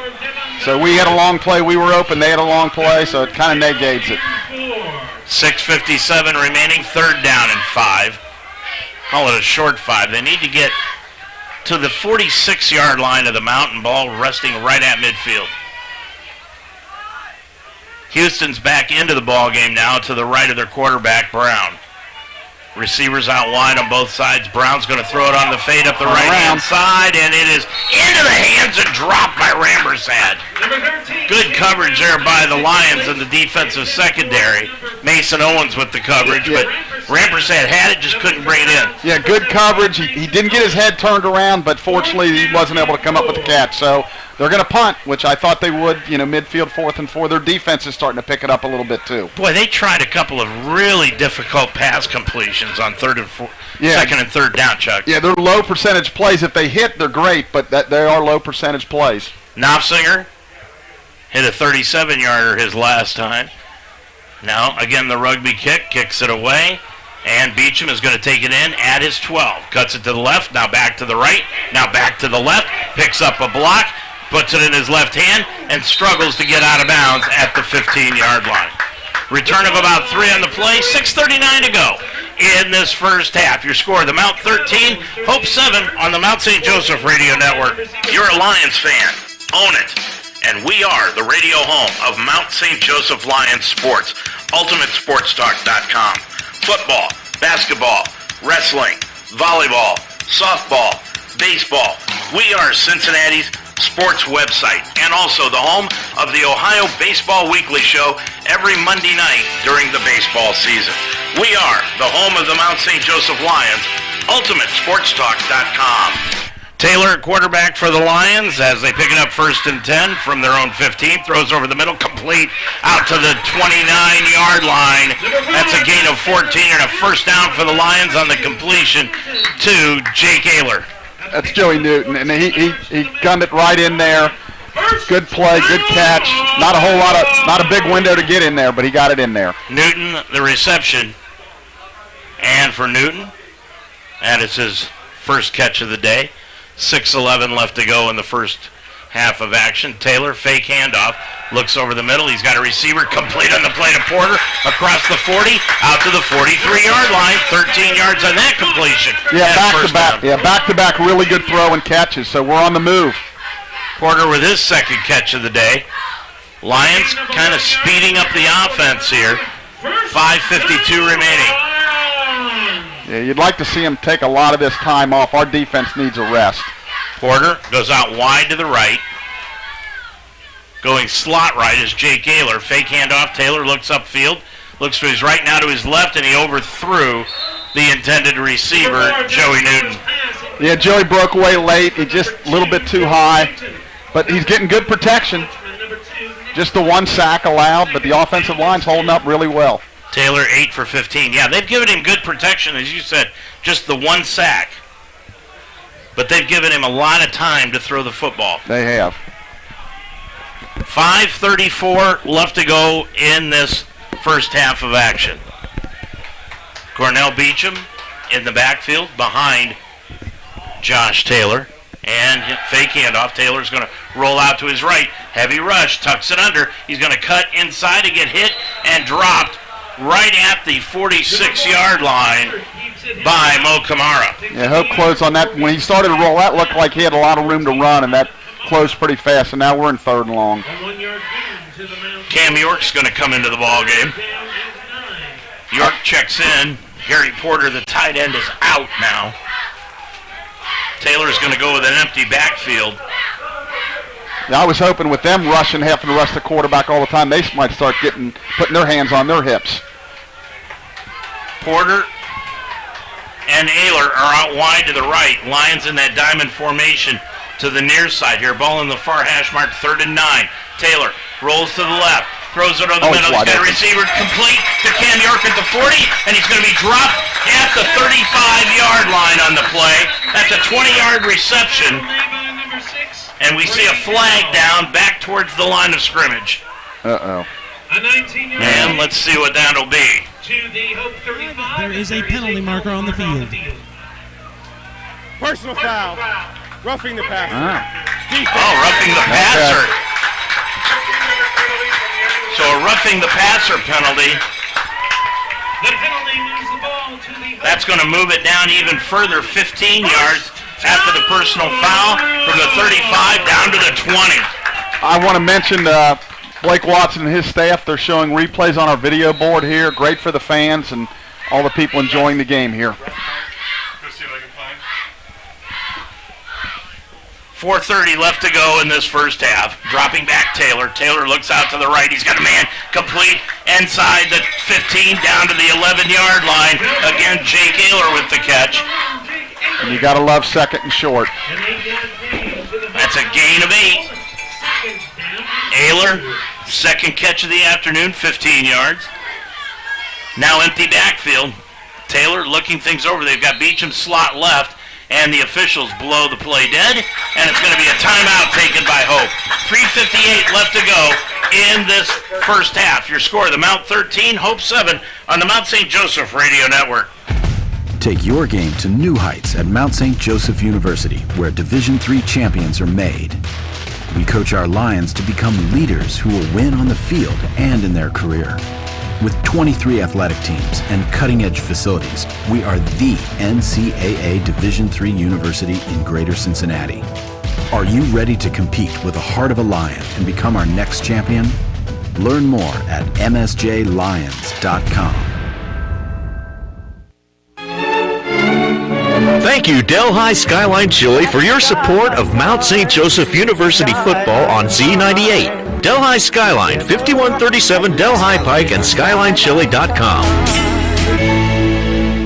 Dave Mitchell, Chuck Murray, right back here at Schuler Field, where the Lions moving the football up 13-7.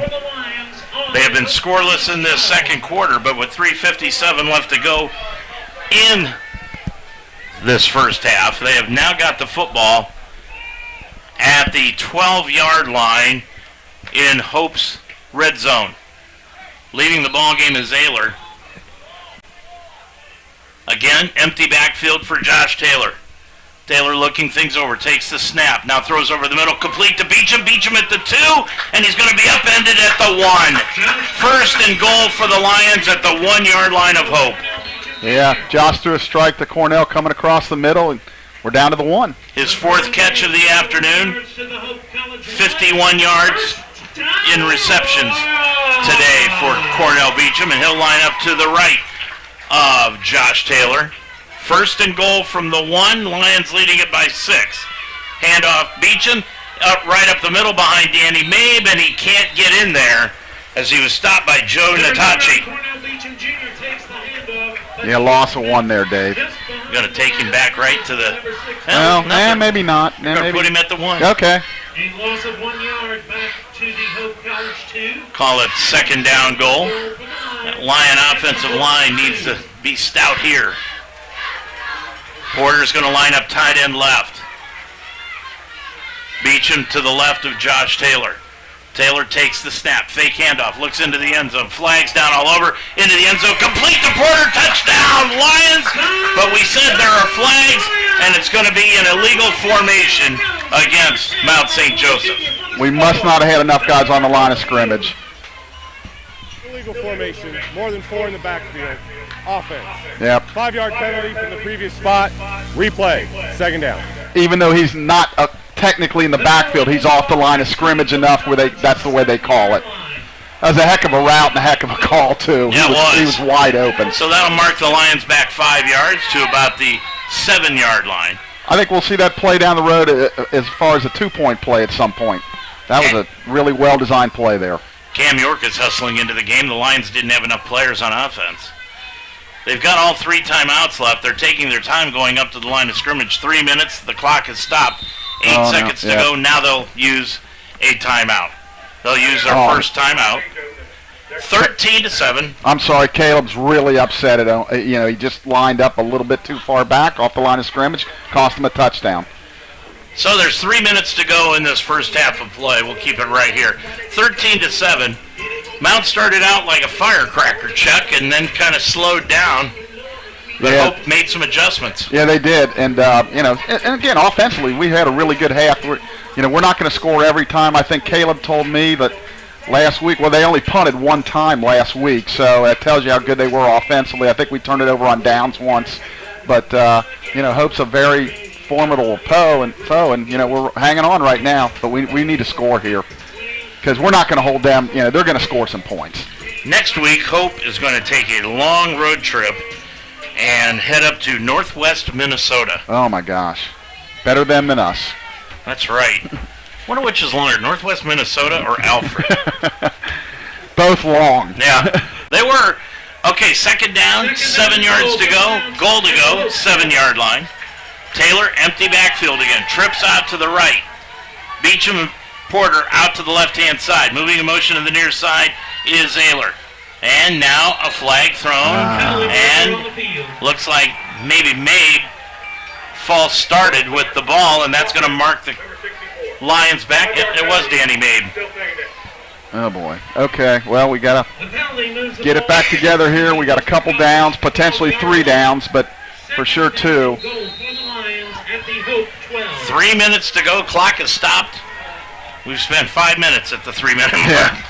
Well, we got to remember, if they get the ball, then they get it coming out. So that's right. This is important here. Second down, ball back at the 12-yard line. Second and goal. Taylor looks into the end zone, throws complete to Beecham, and Beecham caught the ball at the it went through Beecham's hands and into the end zone to Porter for a touchdown. Yeah, it was a fastball. He was wide open, ran a really excellent route.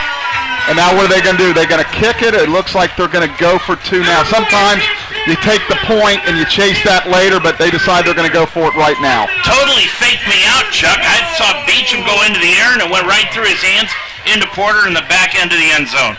19-7, Mount leads it. Now they'll go for 2. Taylor with Beecham in the backfield. Taylor dropped the snap from center, and the Lions will not be able to convert the 2-point conversion. 2:57 left to go in this first half of play. Your score from Schuler Field, it's the Mount 19, Hope 7 on the Mount St. Joseph Radio Network. Thank you, Bearcat Storage, for your support of Mount St. Joseph University football on Z98. Bearcat Storage, 2 locations on Delhi Pike, and BearcatStorage.com. Dave Mitchell, Chuck Murray right back here at Schuler Field. Lions leading it on the scoreboard now after that touchdown drive. 19-7. That was a 10-play drive for the Lions, Chuck, 85 yards, and it was culminated by that 12-yard touchdown pass to Omar Porter. Yeah, Josh threw a fastball. Omar ran a nice route. Unfortunately, on the 2-point try, the ball was fumbled, never really had a clean exchange. There's 2 thoughts there. You kick it, you just keep going, maybe go for 2 in the fourth quarter. But they felt good about it then. They wanted to try to get kind of back even on that 21 number. It just didn't work out.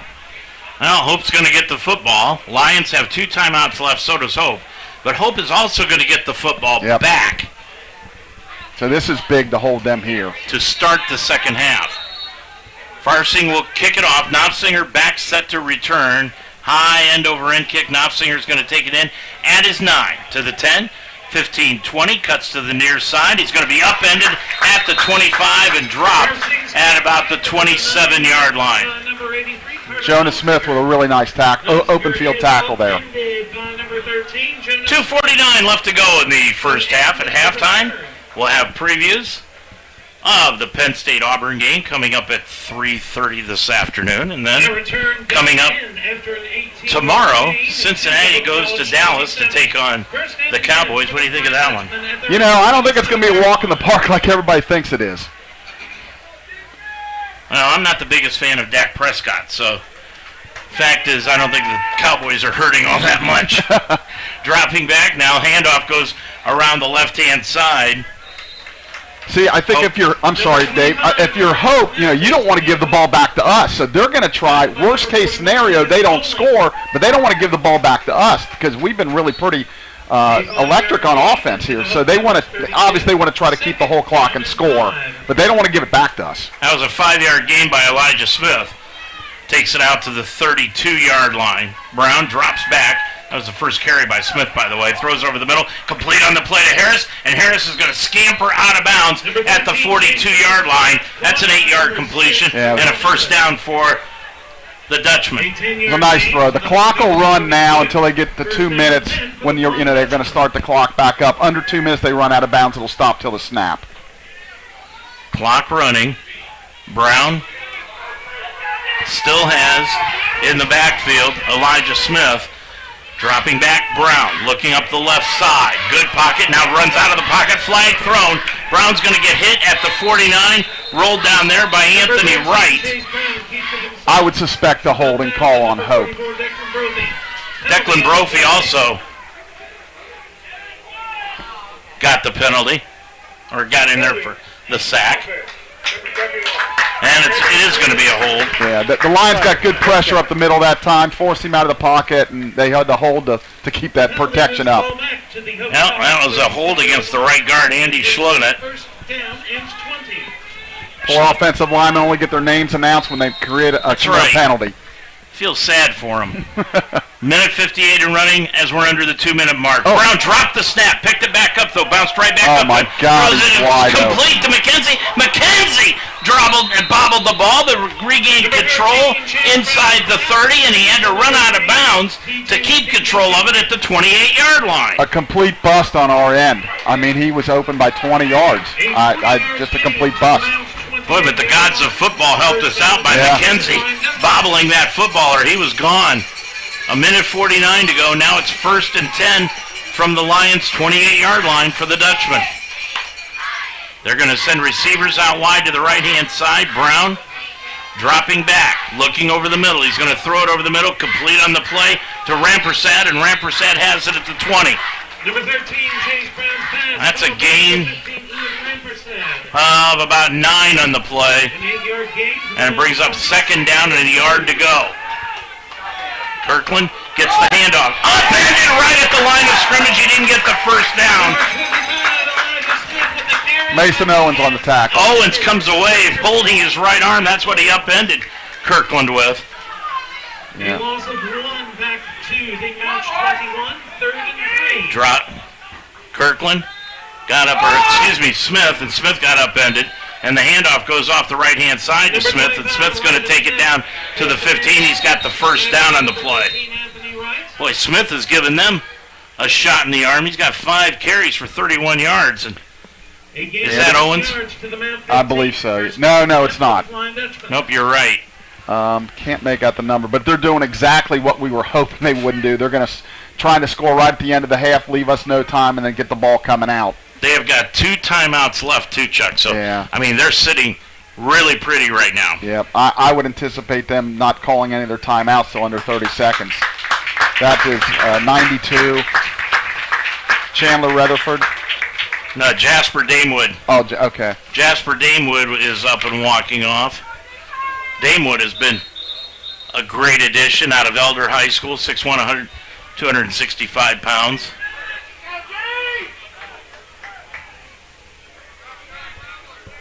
Minute 6 left to go.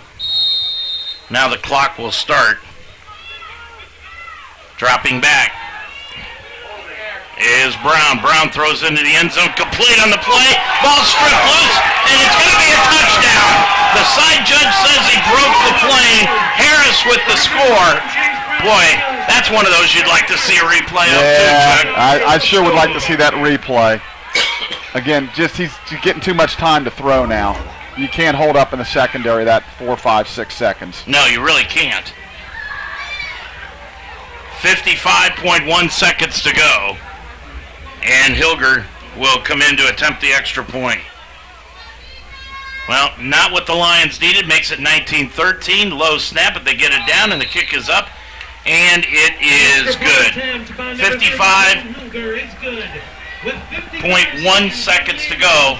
19-14. And the Lions lead it by 5. And taking a look at some scores out of the top 25. Yeah, we got Georgia up 45-0 now. Michigan ahead 45-0. Oklahoma, boy, Dave, that rivalry used to be tremendous back in the. It's 40-7 now. Oklahoma, Kentucky blanking Youngstown State 28-0. Baylor big over Texas State 35-7. So really, the early games, there's really nothing going on as far as any potential upsets. But that.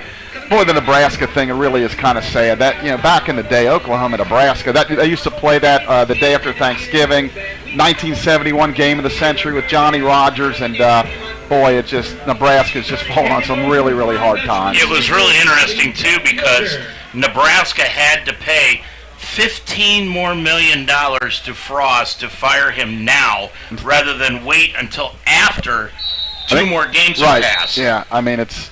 But the word got out then how bad, they had to do something, but it cost them a lot of money. It really did. So, back to return for the Lions is Beecham, and Beecham will take it in at his 5. Up the far side to the 10, to the middle of the field, 15, 20. He'll be dropped at the 22, maybe at the 23-yard line.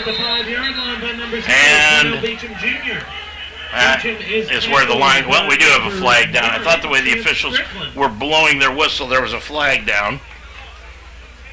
And there was. A 19-yard return to the 24. Yeah, There is a block in the back on us. During return, illegal block in the back. Return team, number 33. 10-yard penalty from the end of the run. First down. Not what the Lions needed, illegal block in the back with 48.7 seconds. Let's see what the Lions decide to do here, if they'll just run out the clock. Yeah, I mean, we've got the win, but boy, I'll tell you, you're backed up. You've got the lead. I think I'd play it conservative, but, I'm not the one calling the plays. 19-14, Lions lead it by 5, ball in the far hash mark. They bring in a 2 tight end set. Yeah, I'd say give it to Beecham and see if he can make something happen, but he's not in the game. Yeah, it's McKenzie who's behind Taylor, and he's going to get the handoff off the left-hand side, 25. Takes it out to the 29-yard line. Gain of 11 and a first down for the Lions. Clock stops with 42.7 seconds to go. Well, a couple more of those. Yeah. Lions may be interested in spending a couple of those timeouts. Now the clock running. Taylor taking his time. First and 10 from the 25. Handoff to McKenzie again, out to the 30, make it the 31-yard line. That's a 6-yard gain. Yeah, I think they're just going to let it run out. Yep, just continue to let it pound out. Yeah, I think it's the right call. I mean, you loved it, but you throw a pick, and they get you want to be ahead. Clock down to 10 seconds. Lions will run one more play on 2nd and 4. And they hand off to McKenzie. McKenzie cuts it right up the middle, out to the 34-yard line. Gain of 3, and that'll do it here for the first half of play. So the Lions score a couple times in the first quarter, once in the second. Hope with 2 scores in the second quarter. And the Lions lead it by 5, Chuck, 19-14. Yeah, I think all in all, a pretty good half. That last drive, hurt us a little bit. But, we're ahead at the half, and I know a couple of our coaches are discussing. Coach Hopperton's upset with the official, I guess, maybe on that touchdown call. I'm not really sure, but all in all, I mean, hey, we're playing a really good team, so we're ahead at the half. They get it coming out, so we got to stop and reestablish ourselves. But I think we got to be happy with where we're at. Both teams 2-0 coming into this one. The Lions will be off next week. Coming up later on today, Penn State will be playing at Auburn. We'll have a preview for that coming up here at the half, and also at the half, a preview of tomorrow's game between Cincinnati and the Dallas Cowboys. I'm Dave Mitchell with Chuck Murray. Your score at the half, it's the Mountain 19 and the Hope 14. The Dutchman down by 5 here on the Mount St. Joseph Radio Network. Action. Using gay to mean dumb or stupid, not cool. Not in my house, not anywhere. Words have consequences, so we're accountable for the things that we say, and words have meaning. And so we have to be careful with the things that we say and be sensitive to others. And so hopefully we can get that across. For someone like Grant Hill to say, and I believe it's wrong, and I want you to stop doing it, I think is very powerful. It's not creative. It's offensive to gay people. and you're better than that. When it comes to homophobic in the sports world, it's come a long way, and I think that people are realizing that you have to respect one another. You have to respect people's values and what they are, because we're not here to judge, and I think it's critical to start the standard for people that are in kindergarten, first, second grade, and it starts with the NBA, because a lot of these people, you look up to the stars, these role models, and kids want to be you, and if they see how you're acting towards this, I definitely will sway a lot of people. With small class sizes, over 22 different NCAA Division III men's and women's athletic teams, an esports team, a vibrant arts and theater program, and dozens of student clubs and campus activities, you'll be sure to find your place at the Mount. Discover your potential. Discover the Mount. Visit our website at msj.edu/admissions. In the game of life, it's not how far you can throw the ball. It's not how high you can fly. It's not how fast you can run. Or how many touchdowns you can score that matters. It's really how you play the game that counts. Because the game only lasts 4 quarters. For a few years. For that moment in time. Good sportsmanship. Sportsmanship. Sportsmanship. Sportsmanship. Lasts a lifetime. Welcome back to Schuler Field this afternoon, where Hope is taking on the Mount St. Joseph Lions. We are at halftime of the game here in Cincinnati. There's a lot of top 25 Division I football games going on this week, and in games that will begin kicking off at 3:30 this afternoon. It will be BYU at 25th ranked Oregon. Ole Miss goes to Georgia Tech, and at 4 o'clock Alabama will be playing against University of Louisiana Monroe. But a big game going on at 3:30 on CBS this afternoon is 22nd ranked Penn State playing at Auburn. The Big Ten against the SEC. And CBS's Amanda Guerra and Gary Danielson preview that ball game. Can't wait for this one. Taking a look at the series history here, Penn State leads 2-1 all time now. Of course, the last time these two teams met last year at Penn State won 28-20 with the white out there. Auburn looking for revenge at home with an orange out Saturday afternoon. Let's welcome in Gary Danielson, who, like always, will be on the call for the SEC on CBS. First Big Ten game on CBS since, of course, that big media deal was announced there. Also, Penn State's first trip to SEC country in more than 10 years. How big are the expectations for Big Ten football versus SEC? I don't even know to really tell yet. I mean, everybody's so excited. I think the combination TV packages, the way things are hanging right now with the two conferences waiting for some big teams to enter in a couple of years, and then overshadowing that, coming right around the corner will be the 12-team playoff. All that combined, hopefully, we can have more games like this in the future because, I've done a lot of games. I've been doing this for over 30 years, but I'm really excited to do the game. Penn State, a Big Ten team going into the SEC country. It doesn't happen very often at all.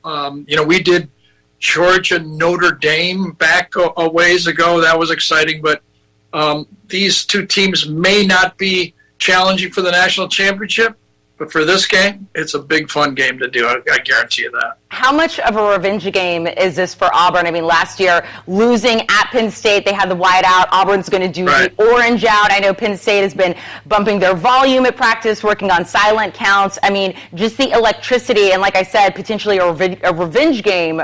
At least that's what Auburn's going to try to do. Yeah, I think anytime you lose a game when you're a big conference, with the pride like Auburn has in their football team and their history. Remember just a year ago, as you said, they lost there in a tight-fought game. This is a team, Auburn, a year ago that had Alabama beat. So that game kind of sticks in their craw. It got their season going in the wrong direction. And these early wins, when you can knock off a team like this. I remember years back, and I'm not equating this, but LSU with Joe Burrow had a late comeback and beat Texas.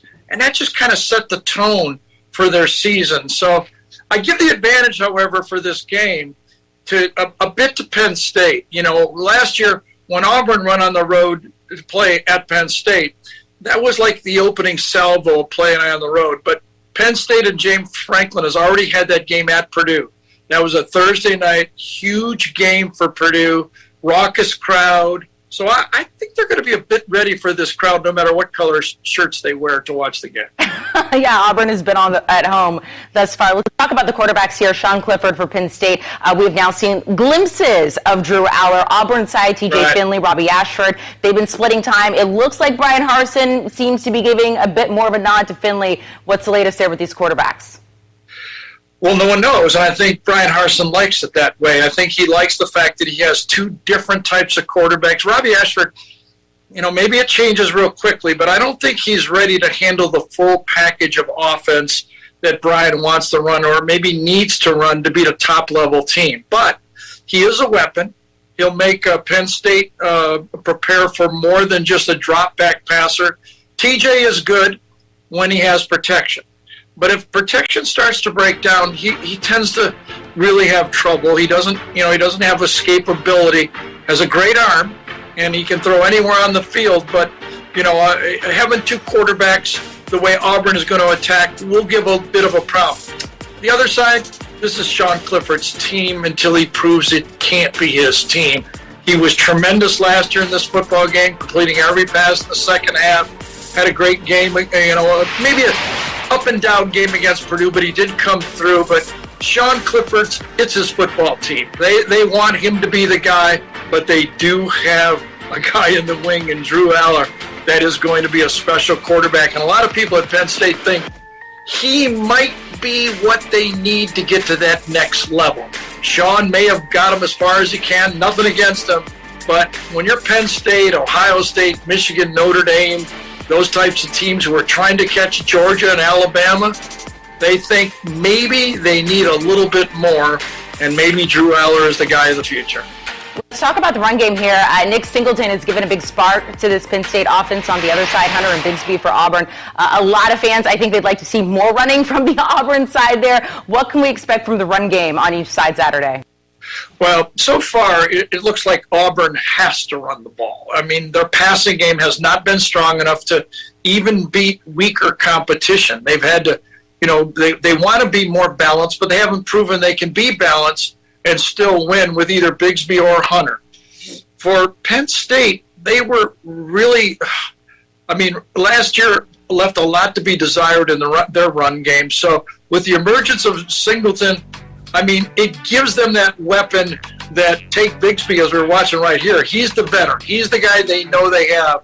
For Penn State, they're looking for that next guy that can be that power breakaway back. Now, it wasn't against great competition that Singleton did it last week against Ohio. Bigsby's proven he can do it against the best. We'll see if Penn State's running game, which is a weak spot a year ago, and against Auburn, listen, going in to Auburn and playing against their defense is not easy to run the ball for anyone, any SEC team. So if Penn State can run the ball and help their passing game, that'll be a big plus for them going into the football game. Keeping it on the offense, tight end usage, Auburn uses two at least almost 50% of the time. Penn State almost 35%. More of the same in this game? I think so. I think the way that's their best players. It's like, a basketball team, you want your best five on the court. Well, in football now, if you look at these two teams, the way they're built, without really a true fullback, they're using two tight ends. Penn State uses three. They're all really good athletes. In fact, a year ago in this game, Ty Warren took a Wildcat and scored a touchdown as a great athlete. And Brent Strange against Purdue had a big pass for a touchdown late in the first half that we just watched yesterday watching the tape. So they've got a lot of weapons, both of them, but I think they work best, both teams, when they've got that tight end H-back look. A lot of teams are doing it now. Look at Georgia, Michigan. Penn State and Auburn are featuring that same look. It seems to be a new formation that a lot of college football is going to. Gary, enjoy the game Saturday. We can't wait to listen to you, watch you there on air, along with our Jenny Dell. Have fun. We'll talk to you soon. Thanks. I'm pretty lucky, and Jenny's fitting in great. A lot of action going on in the NFL tomorrow as Week 2 gets underway. The Cincinnati Bengals, coming fresh off their loss to the Pittsburgh Steelers in overtime last week, 23-20, will be on the road for the first time, taking on the Dallas Cowboys, who will be without their quarterback, Dak Prescott, He underwent a thumb injury last week, and he'll be out for the next 4 to 6 weeks. But taking a look at that ball game is the CBS crew, and they're going to be previewing Cincinnati at Dallas. Dallas Cowboys are at home again without their leader this time. They take on the Cincinnati Bengals, who are involved in one of the weirdest games you'll ever see. McPherson, it's blocked! What a turn of events! That will do it for regulation. Overtime. Bengals talk radio spent a lot of time talking about a long snapper last week. I wonder if they brought in a long snapping expert. Either way, the Bengals take on things was much like that famous Clerks line. I'm not even supposed to be here. As in Joe Burrow throws 4 INTs? Why are we tied at the end of this game to begin with? Intercepted. The Steelers are going to run it back for a touchdown. Part of Burrow's problem, his O-line did not handle Pittsburgh's pass rush, like at all. Since he was supposed to have addressed protection in the offseason, Burrow got hit 11 times, dragged down 7 times. Burrow hit as he throws, popped up in the air and intercepted. Now Joey B has to worry about where Micah Parsons is at. He got home against TB12 twice. He was a terror all night. Parsons got Brady again. 2 sacks for Micah Parsons. Both on 3rd down. Pittsburgh's pass rush is much deeper than Dallas's, though. Parsons was the only consistent pass rush threat last week. They need someone else to step up, and they need their corners to rebound. Next Gen Stats had Anthony Brown targeted 9 times. He gave up 7 receptions, 108 yards. Shot downfield for Julio Jones at the 30. Pulls it in. Jordan Lewis, 5 targets, 5 receptions allowed, rating against 114.2. Brady complete to Julio Jones. Physical, powerful receiver. Trayvon Diggs didn't give up a lot of yards, but he allowed a TD, which sent his rating over 100. Yes, sir. Touchdown. Diggs has to spend a lot of time on Jamar Chase. That is a juicy one-on-one. Chase had the most targets on the team in week 1 by a wide margin, 129 yards and a score. Burrow dials it up. Touchdown, Jamar Chase. We'll have to see if T. Higgins is healthy enough to play. He got hurt in their loss. Without him, Burrow relied more on his back, tight end, and slot receiver. He looked a lot more like the Burrow we were expecting as the game wore on. Toss it to the outside. Mixon can make it happen after the catch. Burrow tosses. Caught. Hayden Hurst goes upstairs to get it. Burrow dials it up. Touchdown. Tyler Boyd. The Cowboys didn't really play the pass terribly overall. They held Brady to a sub-90 rating, only allowed 212 yards. Brady incomplete to Anthony Brown who had the underneath coverage. What they didn't handle well was the run game. Gave up 127 yards to Leonard Fournette on 6 yards a pop. Fournette down to the 25-yard line. Micah Parsons had to come get him. The Bengals can tote the rock too. However, aside from a couple nice scampers, Joe Mixon struggled to find space last week, just 3 yards a run. Mixon has nowhere to go. It's a loss of 1. The Cowboys may be turning to their run game at a much higher rate this week. Ezekiel Elliott averaged 5 a carry. Problem was he only had 10 of them. With no Dak, you'd expect that figure to jump. There'll be a lot of other action going on around the NFL, of course, and we'll be bringing you all of that in the upcoming week. Lions have a week off next week, but we'll be back in action on the following week at Manchester as the Heartland Conference schedule gets underway. We're at halftime. Chuck Murray and I will be back with the halftime stats and stories of this ball game against Hope, and we'll do that right after this timeout.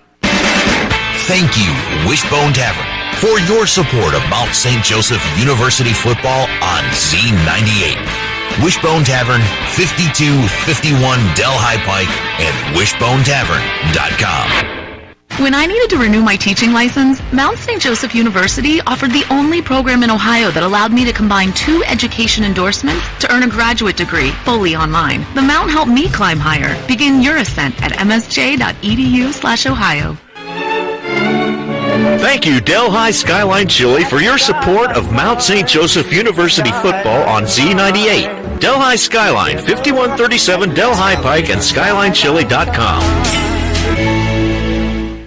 Dave Mitchell and Chuck Murray right back here at Schuler Field this afternoon, where the Lions are leading it here at the half, 19-14 over the Hope Dutchman here this afternoon.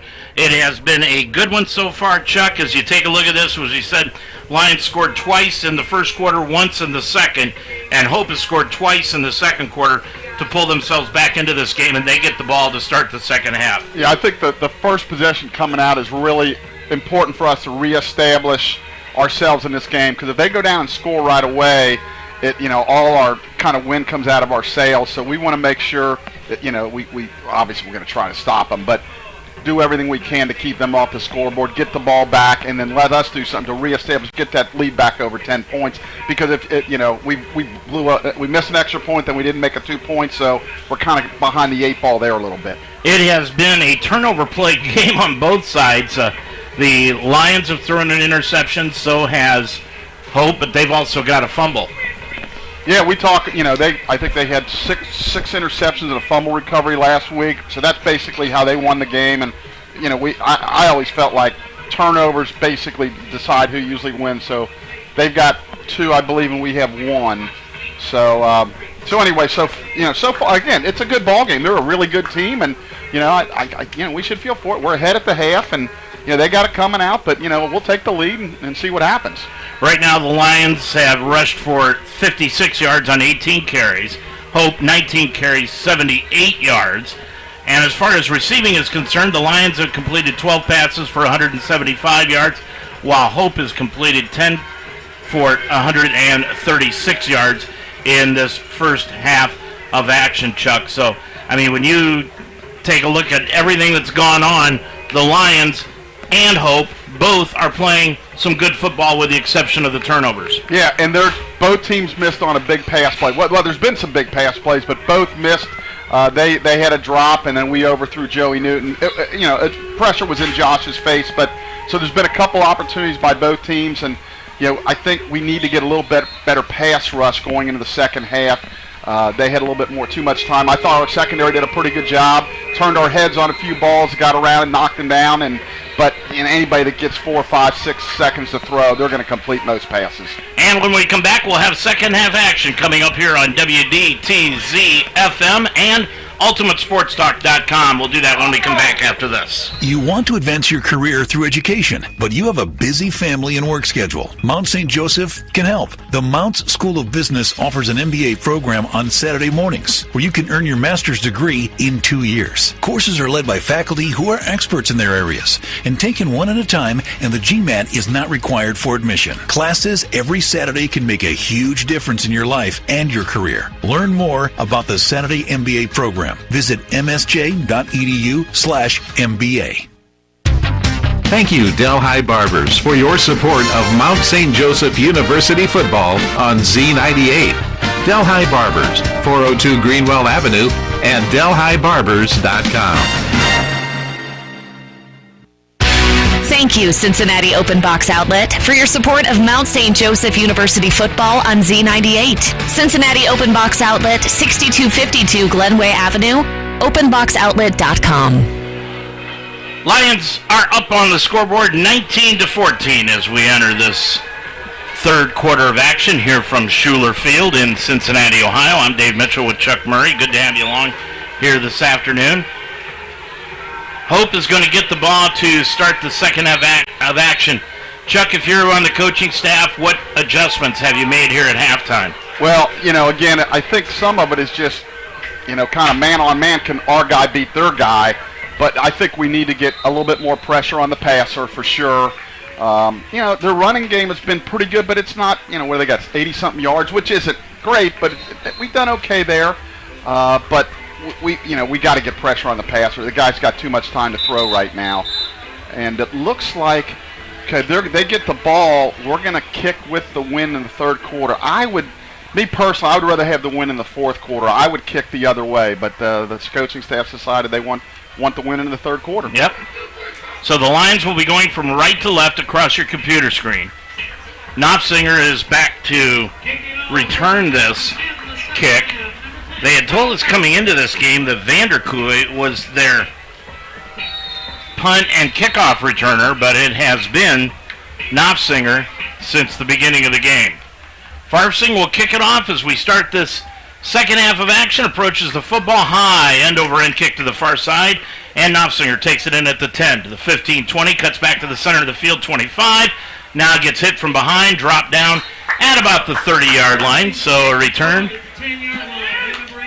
of about 20 yards on the play. Yeah, real nice return. Kyle pinned him inside the 10 there and almost out of bounds, and I think he was considering letting it go out of bounds, but he fielded it and made a couple of people miss, got it outside the 30. And they'll mark him just shy of the 31-yard line. That's where they'll begin, going from left to right.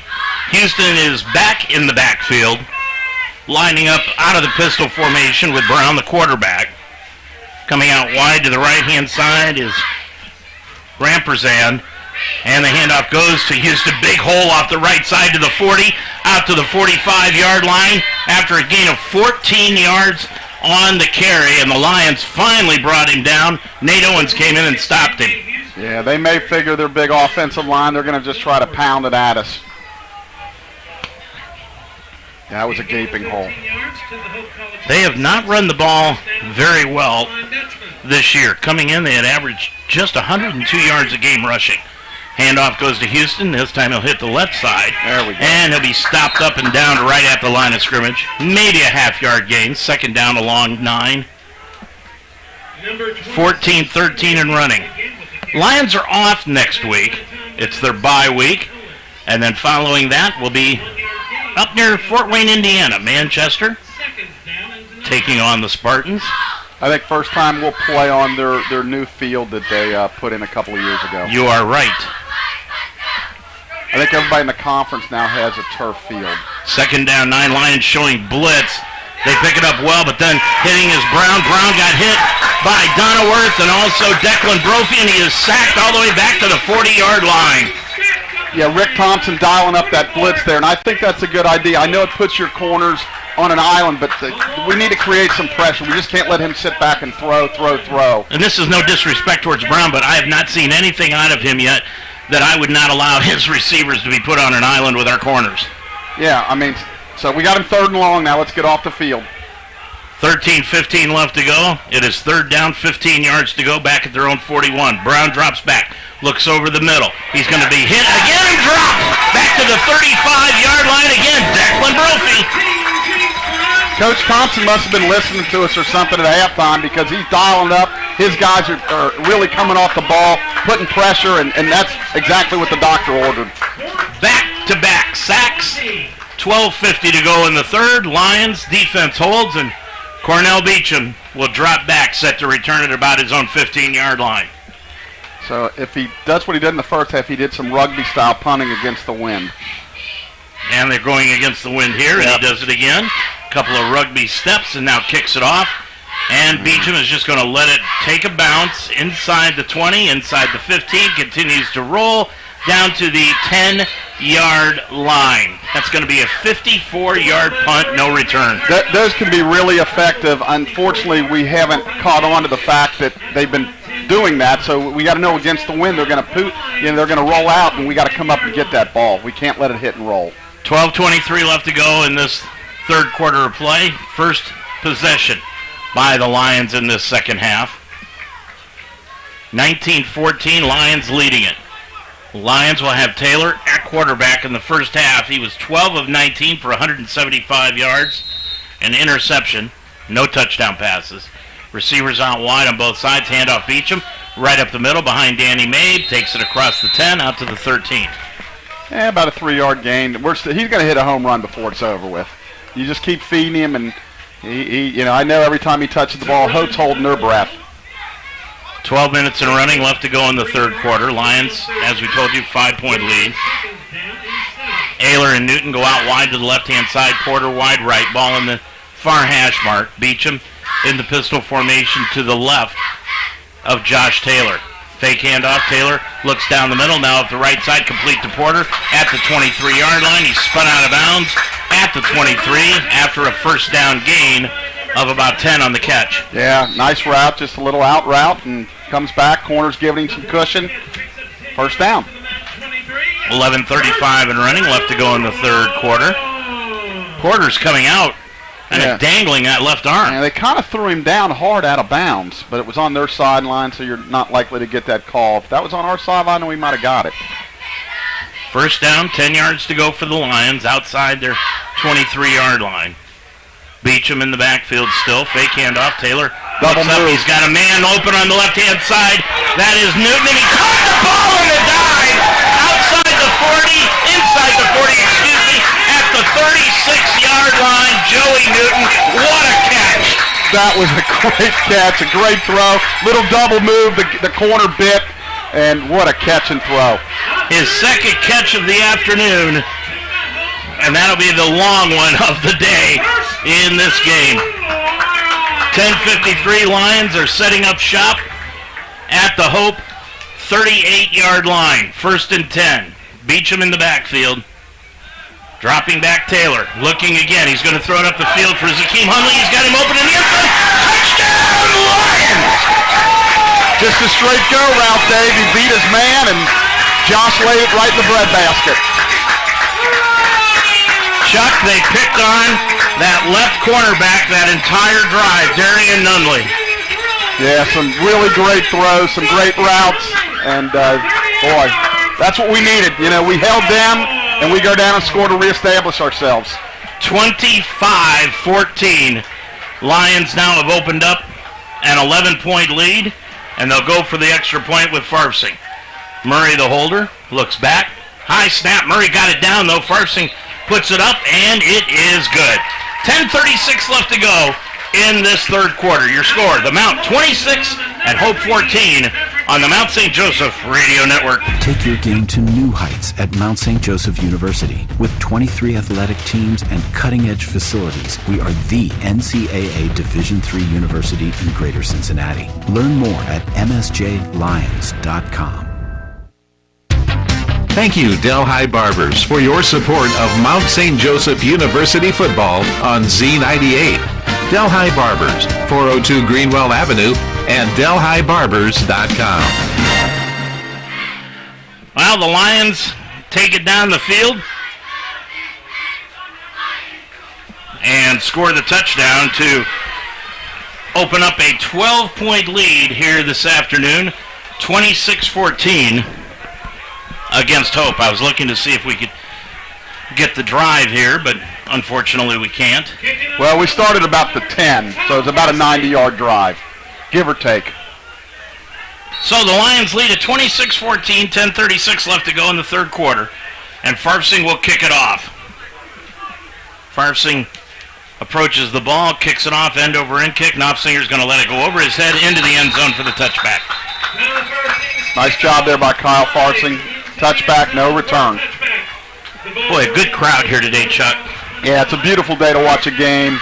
You know, you'd love to have this kind of weather all the time. You know, we're going to be really wishing for this when we get to October, November. Absolutely. That's what we are definitely going to be hoping for. 4 plays, 90 yards on that drive by the Lions. Very impressive. They answered the bell, and boy, let's come up big again on defense here. Ended up with a 38-yard touchdown pass to Zakeem Hunley. Lions lead at 26-14. Brown, the quarterback. He's got the running back in the backfield is Romano, and Romano takes it out across the 25 to the 27-yard line. I don't think that's any relation to Ray Romano. I know you were thinking that. One of my favorite shows of all time. Nice job, Chuck. Boy, what hand-eye coordination. Just battered a wasp right out of the... Well, he's still in here. Well, he'll be here for the rest of the winter, too. Hand off Romano again off the right side. He's going to take it to the 30. Gain of a couple. They'll get him out to the 31-yard line for a gain of 3. And it brings up 3rd down 5. Yeah, we got him in the 3rd down. That's all you can do. Brown on the day, 10 of 16 passing for 136 yards. Houston has got 10 carries, 53 yards, 5 yards a carry, and he's out of the ballgame right now. Romano, just a couple carries for 5 yards. Make it 3 carries, 5 yards. He's going to move out of the backfield. Snap goes to Brown. He's going to take it himself right up the middle. He's got the first down as That middle just opened up like the sea across the 40 out to the 41-yard line. Yeah, it was a good call by their offensive coordinator. He made that pretty easy. Good blocking up front and moved the chains. 8 yards on the pickup by Brown. Brown, that has run it 5 times today, and that's the first time he's gotten positive yardage. Of course, keep in mind, he's been sacked a couple of times. Yeah, I don't like the way they do that, where they count sacks as rushes. I agree. Fake handoff. Brown, heavy rush. He's going to get hit. Broke the tackle. Throws upfield, incomplete. Boy, the heavy rush by the Lions on the blitz off the left-hand side by Jonas Smith. Yeah, and there he's complaining. He wanted a face mask call, and the official's saying no, and he's upset. I guess he thought he slashed it, grabbed his face mask on the way by, but no dice. I don't know. I thought he got him across the chest. That's what the official said. Yeah. So Romano stays in the ball game at the running back position. Knopfsinger comes out wide to the right. They've got trips to the far side on 2nd down 10 from the 42. And from the 42, dropping back, Brown overthrows the intended receiver. Oh! And then a flag is going to be thrown. What? No. Oh, boy. Flag is thrown, and it looks like they're going to call defensive holding, I think. Well, the official's mic is not working. Wow, I thought that was really, he was triple teamed. I think he bailed him out. Absolutely. There's nothing there. So Coach Hopperton, he's letting him know. It's a terrible call. So that'll give them a first down right at the spot of the foul, which is the 48-yard line in Mount territory. 26-14, Mount leads it by 12. 8:51 remaining in the third quarter. Brown looks over the middle. Blitz. Drops back. Now rolls out to the left-hand side. Gets hit behind the line. Breaks a tackle and then is finally brought down at the 49-yard line by Noah Hammond. Yeah, he was relentless on that. He broke a couple tackles, but Noah kept coming and dropped him for about a 3-yard loss. That'll be the third sack, if I'm not mistaken. Third sack of the day by the Lions. Well, we're dialing up the pressure this half, that's for sure. So it will be now 2nd down. Call it 12 yards to go. As you would say, a long 12 and a short 13. Now they're bringing in a back to help protect him in the backfield, and the handoff goes off the left-hand side to Elijah Smith, who played in the first half. He takes it across midfield inside the 45 to the 43-yard line. That's going to end up being a gain of about 7, brings up 3rd and 5. Yeah, they're third manageable now. It was just a simple off-tackle play. 7:45 and running left to go in this third quarter. Boy, this has been a fast-paced ball game. Both teams trying to keep it on the ground. Time of possession was pretty much even in the first half. 17 minutes, 17 minutes. Moving in motion is Harris. Handoff up the middle. Smith breaks it inside the 40. There's a flag down inside the 35, down at the 31-yard line. If the play holds up, he's got a gain of about 12, but it's going to be a hold against Hope. Yeah, I think that's a preliminary location. I think he ripped off our guy's helmet. So let's see what the official's going to say. When you come walking away with a guy's helmet, that's usually kind of evidence. Holding offense, number 66. 10-yard penalty from the spot of the foul. Replay, 3rd down. That's a big call there for us because he busted through there pretty good. Of course, he busted through there probably because he held. So now we got him 3rd and long. That's the center, Cole Harger, who got hit. That's where he ran behind too. Yep. So junior center for Hope. 7:20 remaining in this third quarter. Smith stays in the ballgame in the backfield. Need to get some pressure. Third down, about 16 yards to go. Ball spotted back at the 47-yard line. Dropping back is Brown. Brown got hit, also got hit at the and they're going to bring him down back at the 43, but that one I tend to agree with, Chuck. I think they did get him in the face mask that time. I know he hit him, kind of on the side of the helmet. I don't know. Well, we'll see what they call, but I think you're right. They're going to call it anyway. I would say it's going to be Of course, those are all personal fouls now. Personal foul, face mask, defense, number 67. 15-yard penalty from the previous spot, automatic, first down. Boy, that's a killer. We had him stopped. Yep. The good thing is we're getting pressure on him now that we weren't doing in the first half. So if you're going to find a silver lining, that's it. But we got to come up. We got to make a stop here. Errol Richardson gets hit with the penalty.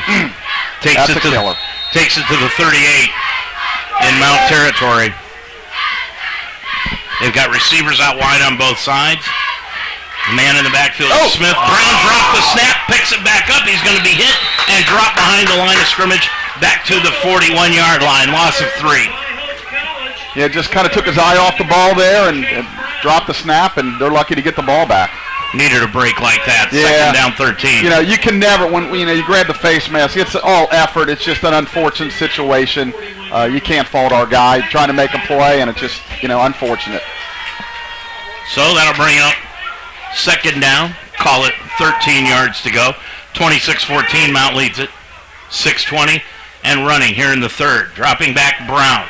Brown looking upfield. Good protection. Throw over the middle. Complete on the play at the 30 to the 25-yard line. They're going to drop him down at the 24. That's Harris with the catch and a first down after a 14-yard gain. Yeah, and that time he had time to throw. He could sit back and look over the defense and wide open coming across the middle. That's his 5th catch of the afternoon. 6 minutes exactly to go in the third.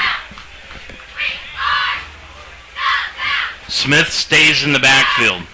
Boy, they've been sticking with him this entire drive, Chuck. Yeah, they really have. Of course, they've been looking for a running back to take that spot, and Smith seems to hit the hole pretty quick.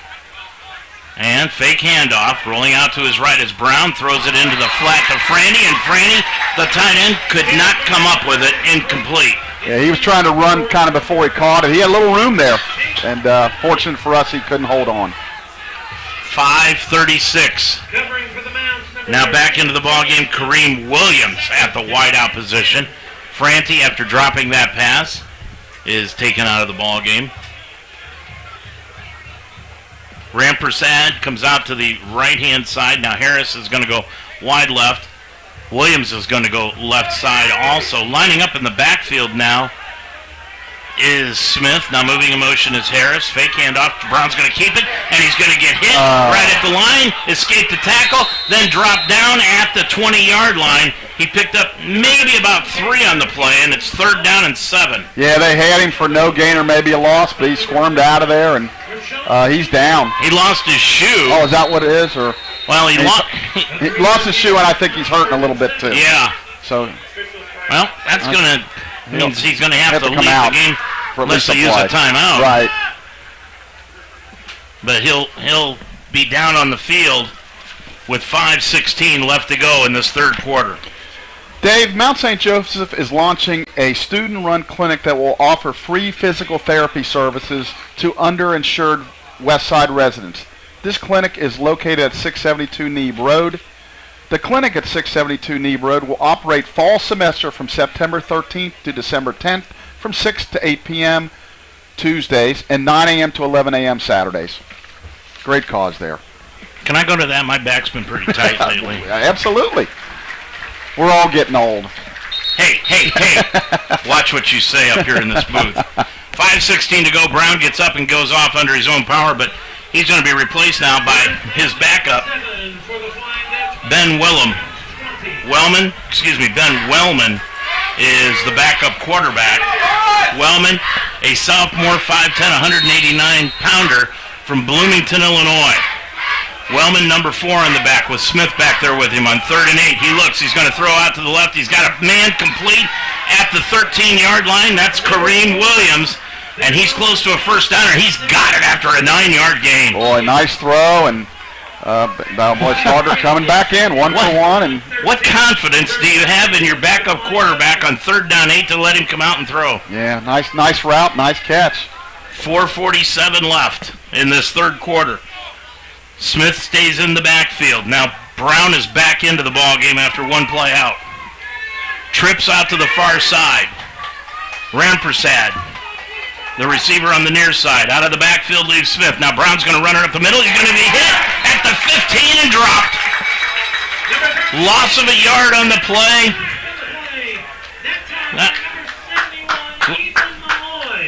Justin Dreiling.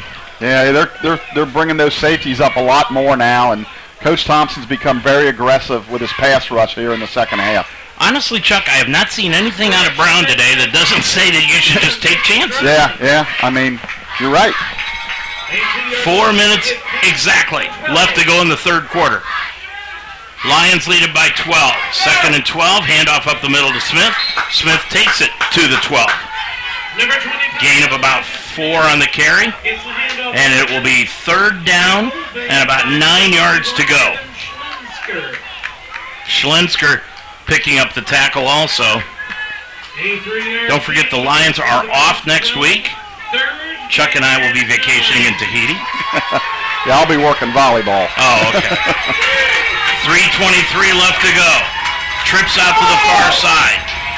Brown on 3rd and 9. Drops back, looking to his left. Good protection. Rolls to the left. Flag on the play. Throws into the end zone in the corner. Touchdown to McKenzie. But there's a flag down at the line of scrimmage. That is Rampersad with the catch. Excuse me, in the deep left corner of the end zone. But the flag called by... Holding on the play. Holding. Offense, number 77. 10-yard penalty from the previous spot. Replay, 3rd down. Boy. Yeah, we got lucky. We lost him. He was in the back of the end zone all by himself. What a break for the Lions. That hold is going to mark it back outside the 20 to the 23-yard line, and it's still 3rd and goal. Well, they can get a first down. About the 4. They can about the 4-yard line. Wow. Well, let's keep everything in front of us here, guys. Yeah, it was just a bust right there. He snuck behind, and nobody picked him up. So I think we're going to bring in an extra DB here. 4 receivers set now for Hope. Yeah, we got 5 DBs in there. Single setback is Smith. Now he moves in motion. Dropping back is the quarterback. Throws into the end zone. It is complete. Rampersad touchdown. Touchdown from 22 yards out. Right in front of Anthony Wright. Or check that. That was not right. Excuse me. Jonas Smith. Yeah, that's 3rd and a mile, and we got caught in single coverage over there. They took advantage of it.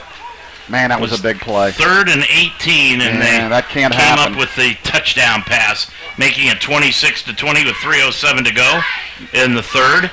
Good snap. Hilger's kick is good, and with 3:07 to go in this 3rd quarter, your score from Schuler Field in Delhi, it's the Mount 26, Hope 21 on the Mount St. Joseph Radio Network. For more than a century, Mount St. Joseph University has prepared nursing leaders who serve their patients with the heart of a lion. With flexible undergraduate and graduate programs, the Mount will help you climb higher. Begin your ascent at msj.edu/nursing. Thank you, Wishbone Tavern, for your support of Mount St. Joseph University football on Z98. Wishbone Tavern, 5251 Delhi Pike, and wishbonetavern.com. Thank you, Bearcat Storage, for your support of Mount St. Joseph University football on Z98. Bearcat Storage, 2 locations on Delhi Pike, and bearcatstorage.com. Well, Hope comes back and answers the Mount's touchdown, and now they are down by 5, 26-21, 3:07 to go in this 3rd quarter. We were complimenting the DBs all day about getting their head turned around. That time we didn't, and 6 points for Hope, and then the extra point 7. So Hilger will attempt the kickoff, and he does kick it off. Back to the goal line. Beecham takes it in at his goal line. Straight up the middle to the 10, now cuts to the left to the 15, to the 20. And he continues to struggle forward, but they say he is down at the 20-yard line, and that's where the Lions will take it back after the 20-yard return by Cornell Beecham. Well, fortunately, hopefully going to the 4th quarter, the little bit of wind's kind of dying down, so hopefully that doesn't hurt us. But, that's 3rd and 18. You hate to see that happen. 2:59 to go in the 3rd quarter. Lions lead it by 5. Checking back into the ballgame for the Lions, Jake Ayler, as he's late getting in. Joey Newton is out wide to the right, along with Porter in the trips formation. And the handoff goes to Beecham around the left-hand side, trying to pick up a block. There is nothing out there, but he gets it to the 25, and he just gets run out of bounds at the 26-yard line by Adam Gill. That was all Cornell Beecham. He had him, and he busted around the left side and picked up 5 on his own. Actually, 6. Beecham, 12 carries on the afternoon, 46 yards. 2:38 and running. Left to go in the third. That home run's coming, Dave. I can feel it. Joey Newton comes out wide to the left, so is Jake Ayler. Beecham in the backfield to the right of Taylor, ball in the near hash mark. Taylor looking over the defense. Handoff goes to Beecham. Off the left side, bounces off a blocker, and then bounces it back over to the right side at about the 28-yard line where he's taken down. Maybe a gain of a couple, and it brings up third down. A long 1 yard to go. They need to get to the 30, and the ball is resting just outside the 29. Boy, big third down here. We don't want to go 3 and out after them scoring. No tight end setup for the Lions. On third down and a yard, they've got Beecham in the backfield. Moves from the left side to the right side of Taylor. Stack formation on the receivers on each side. Dropping back, Taylor on 3rd and 1. He's going to throw it over the middle, complete on the play, and then the ball is dropped. Jake Taylor had it right in his breadbasket. He got hit from behind by Gill again, the linebacker, and he coughed it up incomplete. Yeah, good defensive play, but Jake's mad at himself. He knows he should have held on to that, so we got a punt. Minute 38 left to go. Third quarter. 26-21, Lions lead it by 5, and Ryan Murray will come in and punt the football away. He's averaging 35 yards a kick today, which is pretty much his average on the year. High snap, he brings it down. Kick is away, and that's a good spiral. It's going to go over the head of Knopfsinger. Take a bounce inside the 10, to the 5, to the 1, and it is down inside the 1-yard line. That is a 77-yard punt. And it backed him up all the way to the nose of the football, being on the goal line. I mean, it's literally at the inch line. Yeah. That's great. All the way down to the 1-inch line. 1:26 to go in the third quarter. All right, we got to come up with a stop here. We didn't do anything on offense, but boy, we got them back as far as they can go. Heck, we'll take a safety, get those 2 points back. That's right. Now let's see who's into the ball game at running back. It's going to be Houston back into the ball game. Houston, 10 carries, 53 yards in the game, but he's been out the last couple of series, and they are deep in their goal, in their end zone, Chuck. Moving in motion to the near side. Now handoff up the middle goes to Houston. He's going to take it out to about the 2, maybe the 3. That's where they'll spot him at the 3. Number 26, Kenyon Houston. Boy, this would be a big stop and get the ball back around midfield. What a punt. That ought to get him the special teams player of the week just for that. Well, let's get the win. What a punt that was by Murray. Brown will take the snap from center. Now he looks over to the sideline. 2nd down. 8 yards to go. Well, I'm not sure where in the world have they got those sticks at. Yeah, they're way off. Yeah. Handoff up the middle, Houston outside the 5. He's going to take it out to about the 10-yard line, and he's got a first down. About 7 yards on the carry by Houston. Yeah, nothing, out of the ordinary, just simple off plays, hat on a hat, and they're winning the battles right now. 25 seconds of running left to go in the third. Lions lead it by 5, 26-21. Okay, now he's coming out of the game. They are going to have to snap the ball. Yep. And boy, a lot of disorganization on the sideline by Hope. Play clock is down to 8. They've got to snap the ball.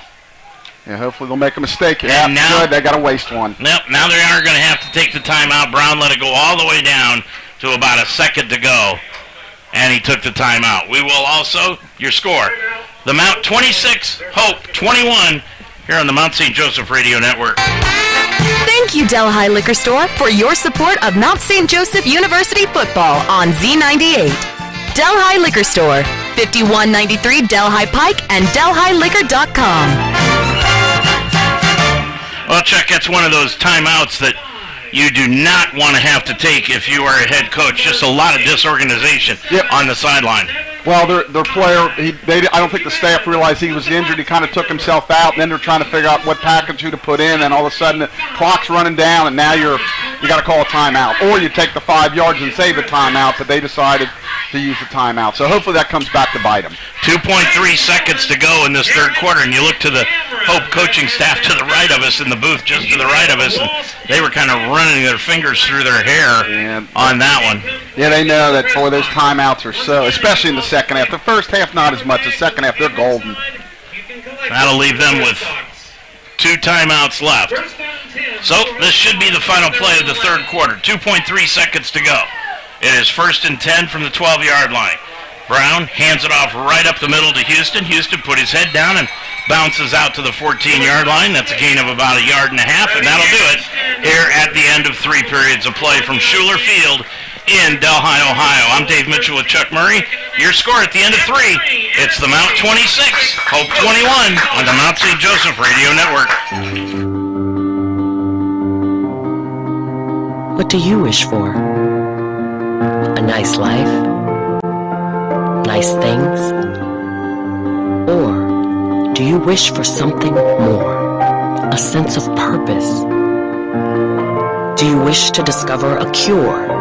To write code that cracks an unsolvable question? To further our exploration into space? Or to invent something that changes everything right here on Earth? Well, if that's your wish, make yourself ready. Because when you look back, you'll see that you didn't just make wishes, you realized them.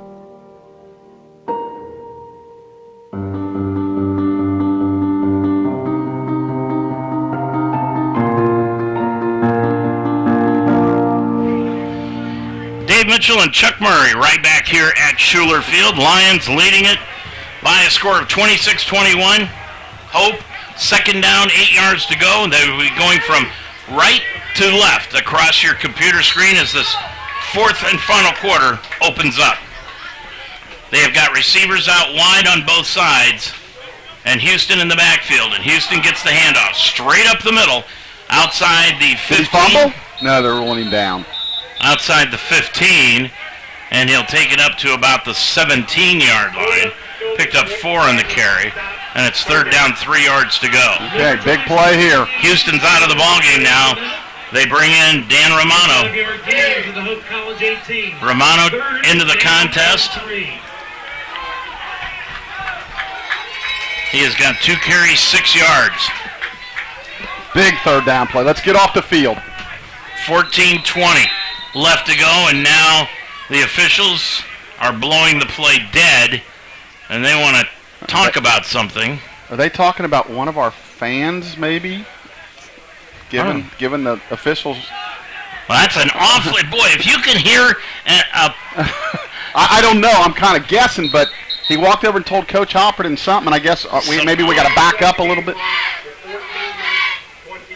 Delay a game warning. No, it's they are resetting the game. Oh, okay. 14-22. Okay. Well, I don't know what that was about, but that's what it was about. Yeah. They wanted the game clock reset, and now they'll start the clock. 14-20 now and running. Brown on 3rd and a short 3. Looks over the middle, throws over the middle, and threw it behind Harris and incomplete. He had Harris wide open on the slant in, Chuck. That's a big stop, and yeah, they're going to punt the ball away. Too much of a risk to go 4th down here. 14-14 left to go. Yeah, he had him open. He just threw it behind him. So Knopfsinger will come in to punt it away, and Cornell Beecham drops back around midfield to receive this punt. As we talked, the wind's died down pretty good. We'll see if he does the old rugby or he just punts it regular, because he's really no wind at all at this point. Knopfsinger looking to get the snap from center. He'll punt it away from about his own 5-yard line. Low line drive kick, returnable. Beecham at his 40 to the 45. He's going to cut it out to the sideline. 50, 45, 40, puts his head down and gets bounced out of bounds at about the 38-yard line in Hope territory. Well, there was no rugby-style kick, but it was a line drive, returnable, and Cornell did a nice job. We're inside the 40. About a 21-yard return for Beecham. 14:03 left to go in the ball game. Lions with a 5-point lead and the football. Pollard back into the ball game at the receiver spot. Out wide to the right-hand side. Porter is out to the left-hand side with Ayler and Beecham in a slot. McKenzie is lined up at the running back spot on the right side. They jumped, but I guess they're not going to, they got back. So. Yeah, they got back and didn't encroach the football. Right. 1st and 10 for the Lions at the Hope 39. Handoff goes to McKenzie, off right tackle. Puts his head down, gets it to the 36-yard line for a gain of 3. Yeah, that's one of those, if they jump, then if we react, then we can get the call, and our lineman didn't jump, so, no harm, no foul. McKenzie, 6 carries on the afternoon, 26 yards. Really got to take advantage of this field position. Yep. McKenzie still in the backfield, Beecham slot left. 3 receivers out to the far side, 2nd down, 7 yards to go from the 36 of Hope. Fake handoff, Taylor, good pocket, looks over the middle, and it is complete on the play to the 25-yard line, cuts it to the 20, to the 15, and make it the 17-yard line on the reception, and that is Joey Newton. Newton picks up the reception. Mr. Clutch. 17 yards. He's been the go-to guy for Josh Taylor all season long. He's a heck of a player, Dave, and Josh made a great throw. There wasn't a very big window to throw it in. 13 minutes left to go in the game. Again, receivers out wide on both sides. Stack formation to the near side for the Lions. McKenzie moves out of the backfield in motion to the right. Dropping back Taylor. Looks over the middle. Complete on the play to Pollard. Pollard has got it inside the 10 to the 9-yard line. Good first down gain. 2nd and short. Nice throw by Josh there. Caden Pollard from New Richmond, Ohio. 6'2", sophomore wide receiver. He is getting more and more increased playing time. He and Zakeem Hunley, who we saw in the first half. 12 and a half left to go in this ball game. Lions 2nd down 2 from the 10. Dropping back Taylor. He's going to keep it right up the middle. Now off the left side. Has the first down. Cuts it to the left. Brought down at the 5. Okay, they're stopping. Yeah, got him the first down. Sometimes at the end of his run, Dave, he'll go east-west. I'd like to see a little north-south to make sure you get it. 12-13. Clock continues to run. 1st and goal for the Mount. Yeah, and clearly he's trying to pick up yardage, but sometimes, boy, that north-south, just get that extra yard, and you're getting closer to the goal line. McKenzie out. Jake Ayler's back into the ballgame. Trips to the far side. Pollard, Ayler, and Beecham. Empty backfield now. Yep. Straight shotgun formation. Potential quarterback draw here. For Taylor. Dropping back. Taylor now rolls out to the left. Got plenty of green to the 5. Dives to the pylon. Touchdown, Lions! Well, I don't think it was drawn up that way, but the end result is what we wanted. He just saw that green and took off for the pylon. And that makes it 32-21. Mount with 11:38 to go in the ballgame. For Josh Taylor, that is the first touchdown that he has got rushing today. And that is his 4th rushing attempt for 11 yards. Murray will hold. Farfsing will attempt the extra point. Put the Lions up by 12 again. Good snap, good hold, good kick is through. 11:38 to go in the ballgame. Your score, it's the Mount 33, Hope 21 on the Mount St. Joseph Radio Network. Thank you, NYPD Pizza, for your support of Mount St. Joseph University football on Z98. NYPD Pizza, 5329 Foley Road, and NYPDPizza.com. Thank you, Cincinnati Open Box Outlet, for your support of Mount St. Joseph University football on Z98. Cincinnati Open Box Outlet, 6252 Glenway Avenue, openboxoutlet.com.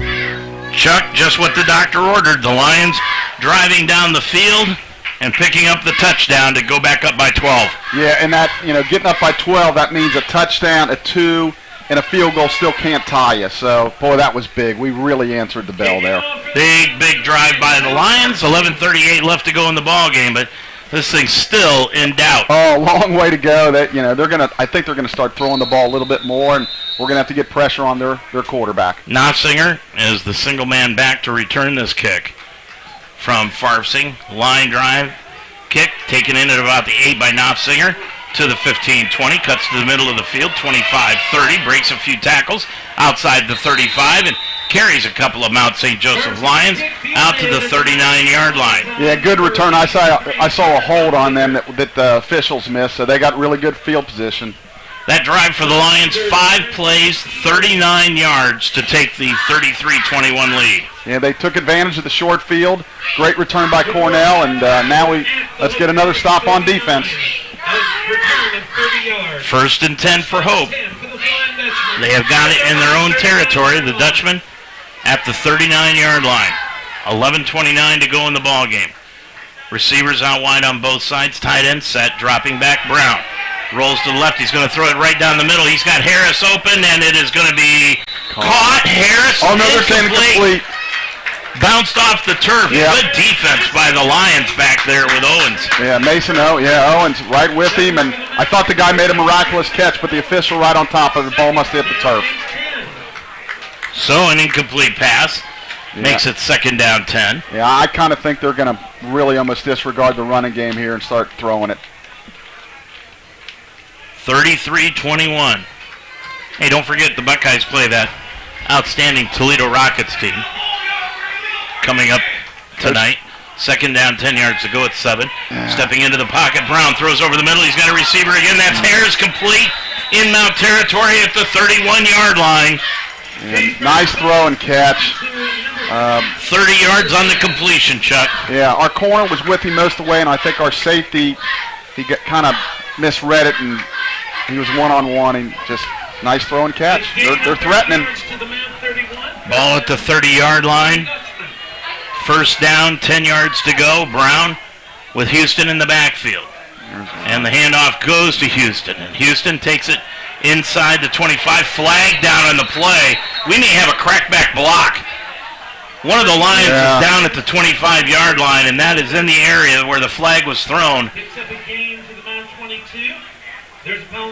And let's see what the call is going to be after that run by Houston. He picked up about 10 yards. It is going to be a hold. That looks like Tucker. Boy, let's hope he is not really hurt, because he has been outstanding. We're missing Austin Price today, and Austin's a great player, so hoping to get him back in a couple of weeks against Manchester. And so we got him backed up a little bit here. Now, they are in 4-down territory. They're not going to kick field goals down 12. That still would be a 2-possession game. So right. They're 4-down territory, especially on our side of the field. That's going to spot the ball after that penalty all the way back to the 41-yard line, and they need to get to the 20.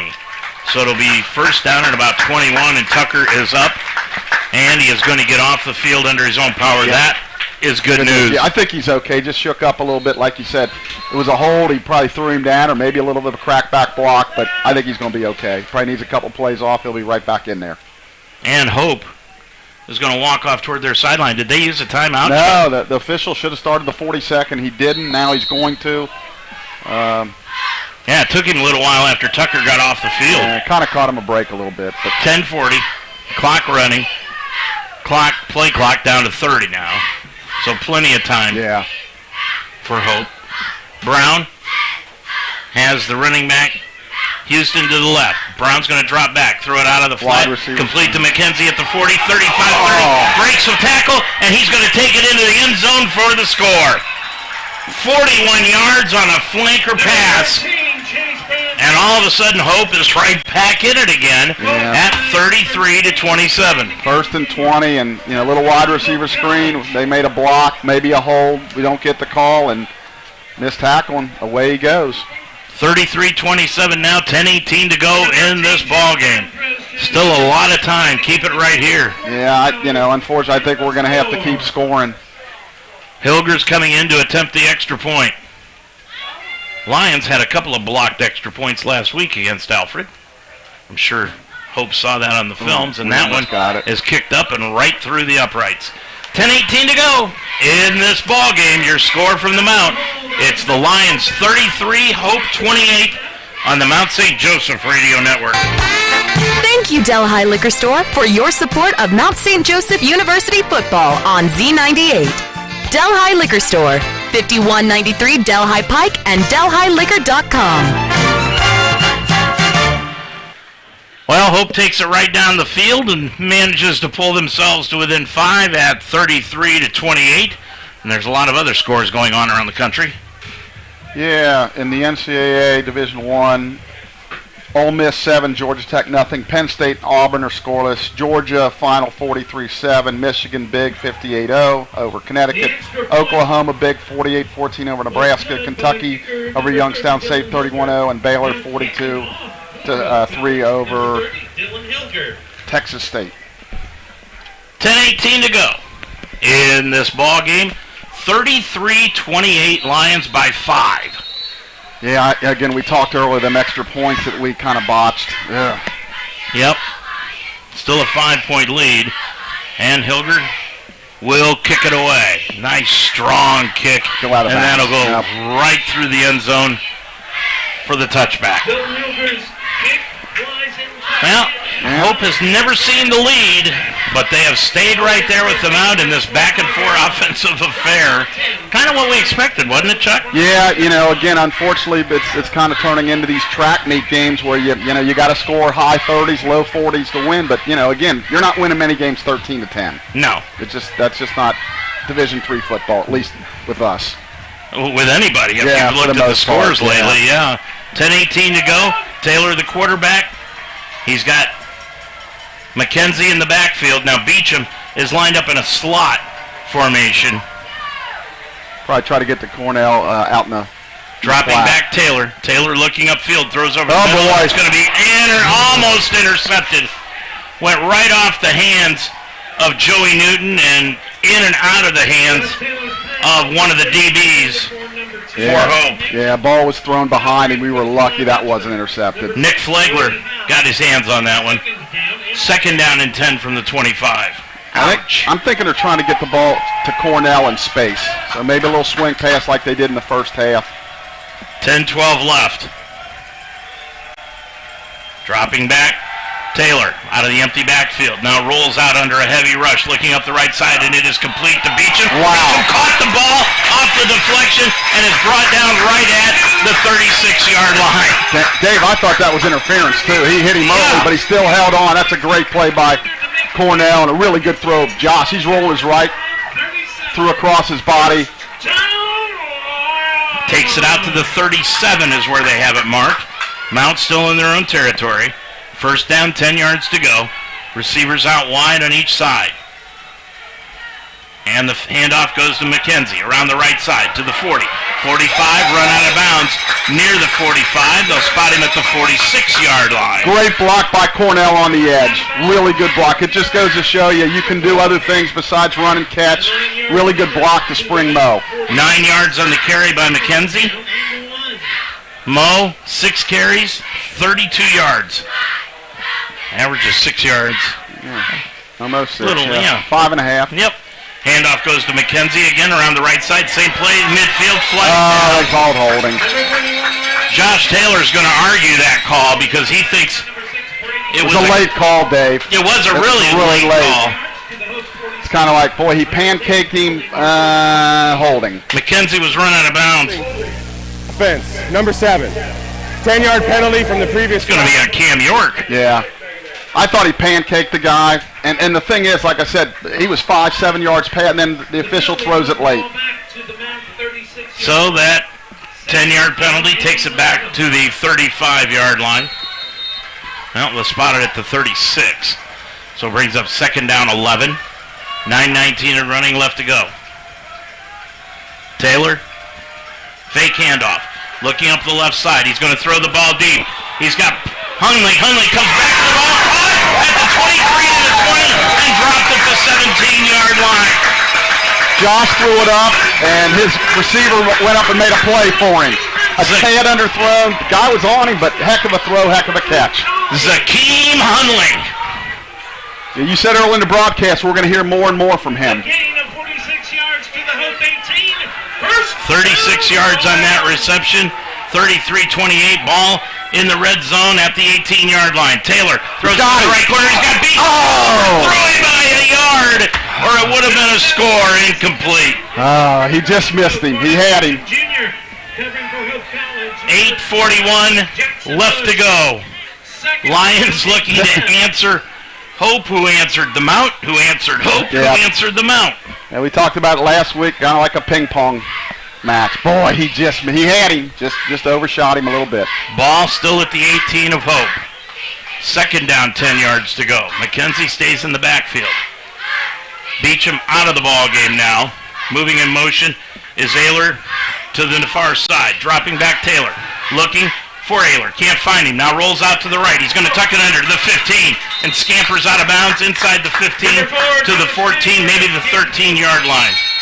Boy, when we get to the Heartland Conference, Chuck, the Heartland coaches aren't going to know what to do because this is not the same Taylor that has been the quarterback for the Lions the last 2 years. Yeah, he's making great decisions. One poor one today, but other than that, he's really playing good football. Really good football. Big third down here, Dave. Beecham back in the ball game. Third down 5. 8:11 left to go. Now it's an empty backfield. Shotgun formation. Pollard's into the ball game. Hunley's into the ball game. Beecham into the ball game. Snap to Taylor. Taylor on 3rd and 5. Throws over the middle to Beecham. Too high. Through Beecham's hands. Incomplete. And I think the Lions will send in the field goal unit, and they will. Big field goal here would put us up 8. Boy, it kind of went off Cornell's hands. I think if you ask him in an honest moment, he'd say he probably should have had it. It wasn't an easy catch. But, so big field goal here.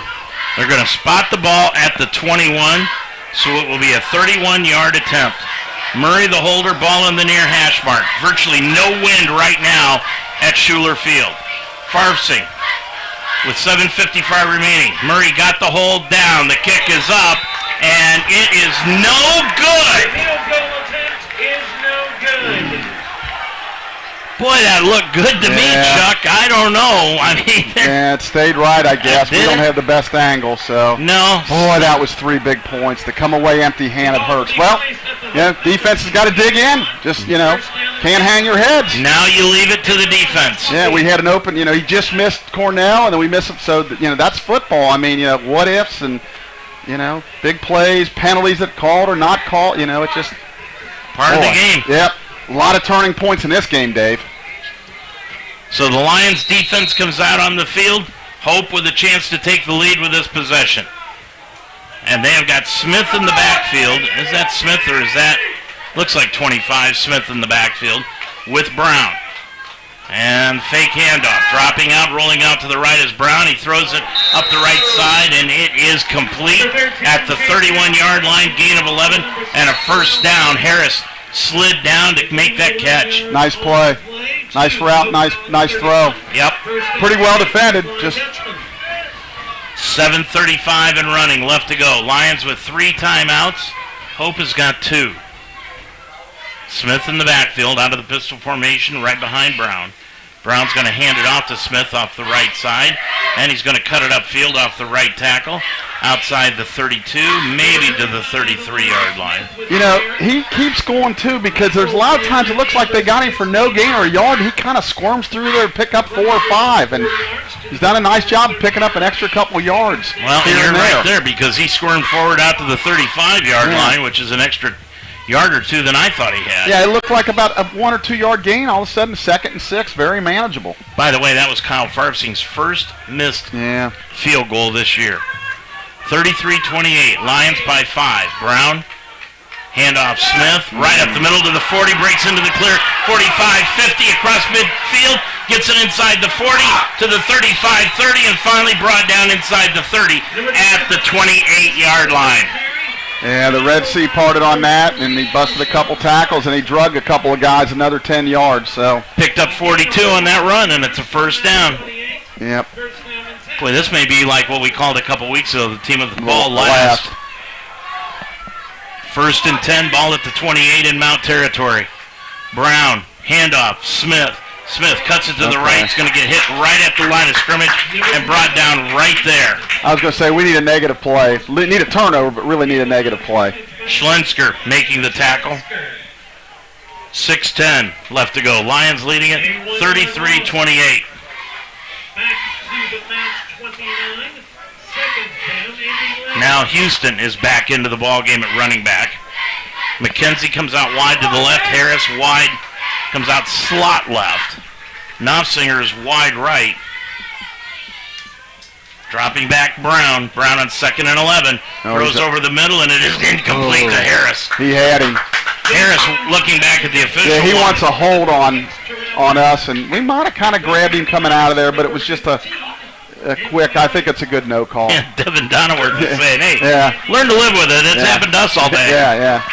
All right, big third down here, even though I think it's 2-down territory, but it's still big third down. Third down 11. You don't think they'd try to kick a field goal? Yeah, their kicker's good, and that would get them within, couple points. I don't know. I guess it depends. Yeah, Hilger, boy, he's got a bomb for an arm. Yeah.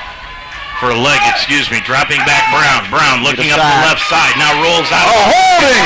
Now there's a hold, no call. Brown's going to get hit at the 20 and drop down at the 18. Boy. He's going to get a first down out of that. Boy, there was a major hold that wasn't called. Boy, oh boy. Anthony. Oh, no, they did call it. Okay, I didn't see the flag, Dave. No, I didn't see the flag either. I don't think anybody in the crowd saw the flag. Yeah, it was really obvious, and, fortunately they caught it. So instead of a first down, it will knock them back all the way back to the 39-yard line. It's going to be 3rd and 21 as they need to get inside the 19, almost to the 18. Houston's coming back into the ball game. It is 3rd down and 21. They still may be in 2-down territory here. Yeah, it depends what they do on this. If they get half of it, they're definitely in 2-down. Boy, we're bumping run over here. Dropping back. Looks upfield. Steps up into the pocket. Way too much time. Throws up the field, and it is going to be caught by McKenzie. Flag down on the play. That might be a penalty against the Lions, too, but it takes it inside the 15 to about the 13. Interference. Offensive. Offensive pass interference. And Hope is losing their mind over there. It's going to be on McKenzie, I believe. He's number 3. Well. Pass interference. Offense, number 15. Oh. 15-yard penalty from the previous spot. Replay, 3rd down. They're really upset. Rampersad is called for the offensive pass interference. Well, these 3rd and 20 and 25s, we got to do a better job. I mean, we can't let these guys complete these now to the point. It's 3rd and 35, I think. Well, it's going to be all the way back into Mount territory. Penalties have knocked them back all the way to the 46-yard line. So let's play soft here. Give them 10 or 15, but boy, we can't let them get behind us like that. 5:07 left to go in the ball game. It is 3rd down, 36 yards to go. Brown looking up the right side, throws over the middle. Oh boy! Hook and ladder play goes. Oh, that's a forward pass. He pushes it forward, and it's going to be another penalty against Hope. Yep. They were going to try a double lateral, but Harris ended up throwing it forward to Houston. Right at about the 43-yard line. And so that should be loss of down, Dave. That should be 5 yards and a loss of down. And the officials are going to talk things over. I believe you're right, Chuck. That does come with a loss of down, which would bring up 4th down. Yeah, they'd have to punt. I mean, it'd be 4th and a mile, and see what they come up with here. Ran the hook and ladder play. Illegal forward pass. Offense. 5-yard penalty from the spot of the foul. Loss of down. Good call, Chuck. 4th down. Yeah, okay. Good call. The conference is on the line. They'd like you to officiate next week. I'd like to think, I got to believe they're going to punt here. I mean, it's 4th and, yeah, they're going to punt the ball. Well, they've got to. Yeah, they got 2 timeouts. You know, we still got to get 2 to 3 first downs to clinch this. 4:57 left to go. There ain't a whole lot of plays you got for 4th and whatever the heck it is. 33-28, Mount by 5. All right, we got to make good decisions back there on this punt. Any doubt, let it roll in the end zone. Knopfsinger has punted the ball at a 32 yards per punt clip here, and he punts that one away. It's going to be short. Donaworth is back to return, and he let it ball bounce and go right into the end zone for the touchback. 4:50 left to go. We're going to keep it right here. Well, they say, in the NFL, you got the 4-minute offenses to try to kill the game. There's a little bit more than that, 4:50, but, boy, let's see if we can just run this thing out. Lions are going to take the ball over at their 20-yard line. On a kickoff, a touchback, that's a little nuance. It's the 25 if you kick it off out of the end zone. If you punt it through the end zone, you get the ball at the 20. Yeah. Lions have the football right now. 1st and 10 from the 20. Handoff. Cornell Beecham, right tackle. There he goes. Broke a tackle to the 25-30, and he breaks a tackle again outside the 35 to the 36-yard line, 37-yard line. And not a home run, but it's a double, so we get 17 yards. First down, better field position. Clock will start up on the chains moving. 17 yards. 17 yards on the play. Oh, my gosh, and the stat chart just went dead. Oh, gosh. Dave, my heart can't take many more of these. No. This has been quite a non-conference schedule, hasn't it? Yeah, it really has. And the conference will all begin 2 weeks from today up in Manchester. Handoff goes to Cornell again, to the 40, 45, spinning forward to the 50, to the 49-yard line of Hope, another 13-yard gain, and here goes that 4-minute offense you talked about, Chuck. Yeah, let's just run it out. And now Hope wants to use a timeout. Interesting. Okay, they're down to 1 then. Yep. 4:02 left to go in the ball game. Typically, now they'll probably feel like they're a little tired, but typically you don't want to use a timeout when they have to move the chains because the 40 seconds already running. If there's a play where there's a 40-second and they don't get the first down, then you can call timeout and get a full 40 seconds if you're following me. So anyway, good. They're down to 1. So we get another first down or so, we can almost be taking knee time. Beecham, 13 carries. I'm not sure I believe that's only 48 yards rushing. Don't believe it because that's way he's had wrong. about 30 in the last 2 runs. I can tell you, Coach Corals is doing a magnificent job. He is just really mixing the run and the pass, and he understands now we're trying to finish the game. And when you get Cornell Beecham back there, it's really easy to just hand it off to him. Now they've updated it. Beecham's got 15 carries, 79 yards. Yeah, that makes more sense. On the ground, 4:02 remaining. Lions trying to run this thing out. Boy, this has been about the average of the final scores they've had this year. Yep. Taylor with Beecham in the backfield, moving in motion to the far side is Ayler. Dropping back. Now Taylor's going to keep it off the right tackle, but he's going to get hit behind the line and dropped right at midfield by Jackson Bush. Okay, they just took their last time out.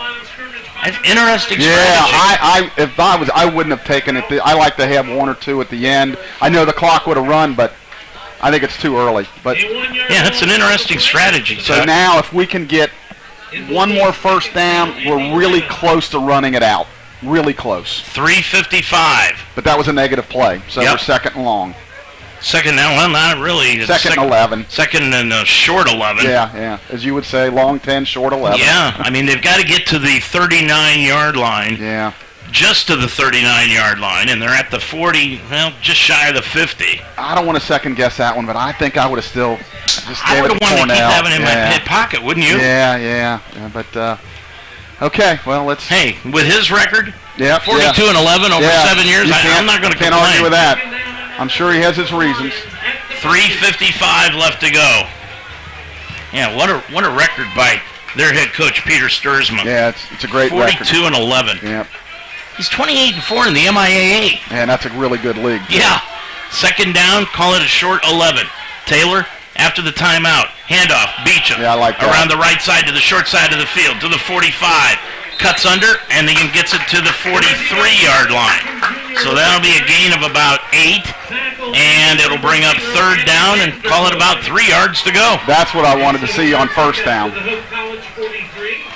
Now here's the play of the game. 33-28. Lions get a first down here where they can really put a dagger. They really can. They could run it down to at least a minute or so without making a first down. Sturzman and Jacob Pardonet, their defensive coordinator, really have put all of their eggs in this basket for this play. Yeah, we're going to throw for it, no question about it. Empty backfield. Beecham goes slot right. Receivers out 3 out to the far side. Taylor throws over the middle. Complete. First down, Lions at the 38-yard line. Mr. Clutch, Joey Newton. Joey Newton, again, the go-to guy for Taylor. And it's a first down for the Lions. 3 minutes to go in the ball game. Yeah, as long as we hold on to the ball, we can, worst case, run it 3 times and get it under a minute. I'm sorry, assuming we take these whole 40 seconds or close to it. Play clock down to 15 now.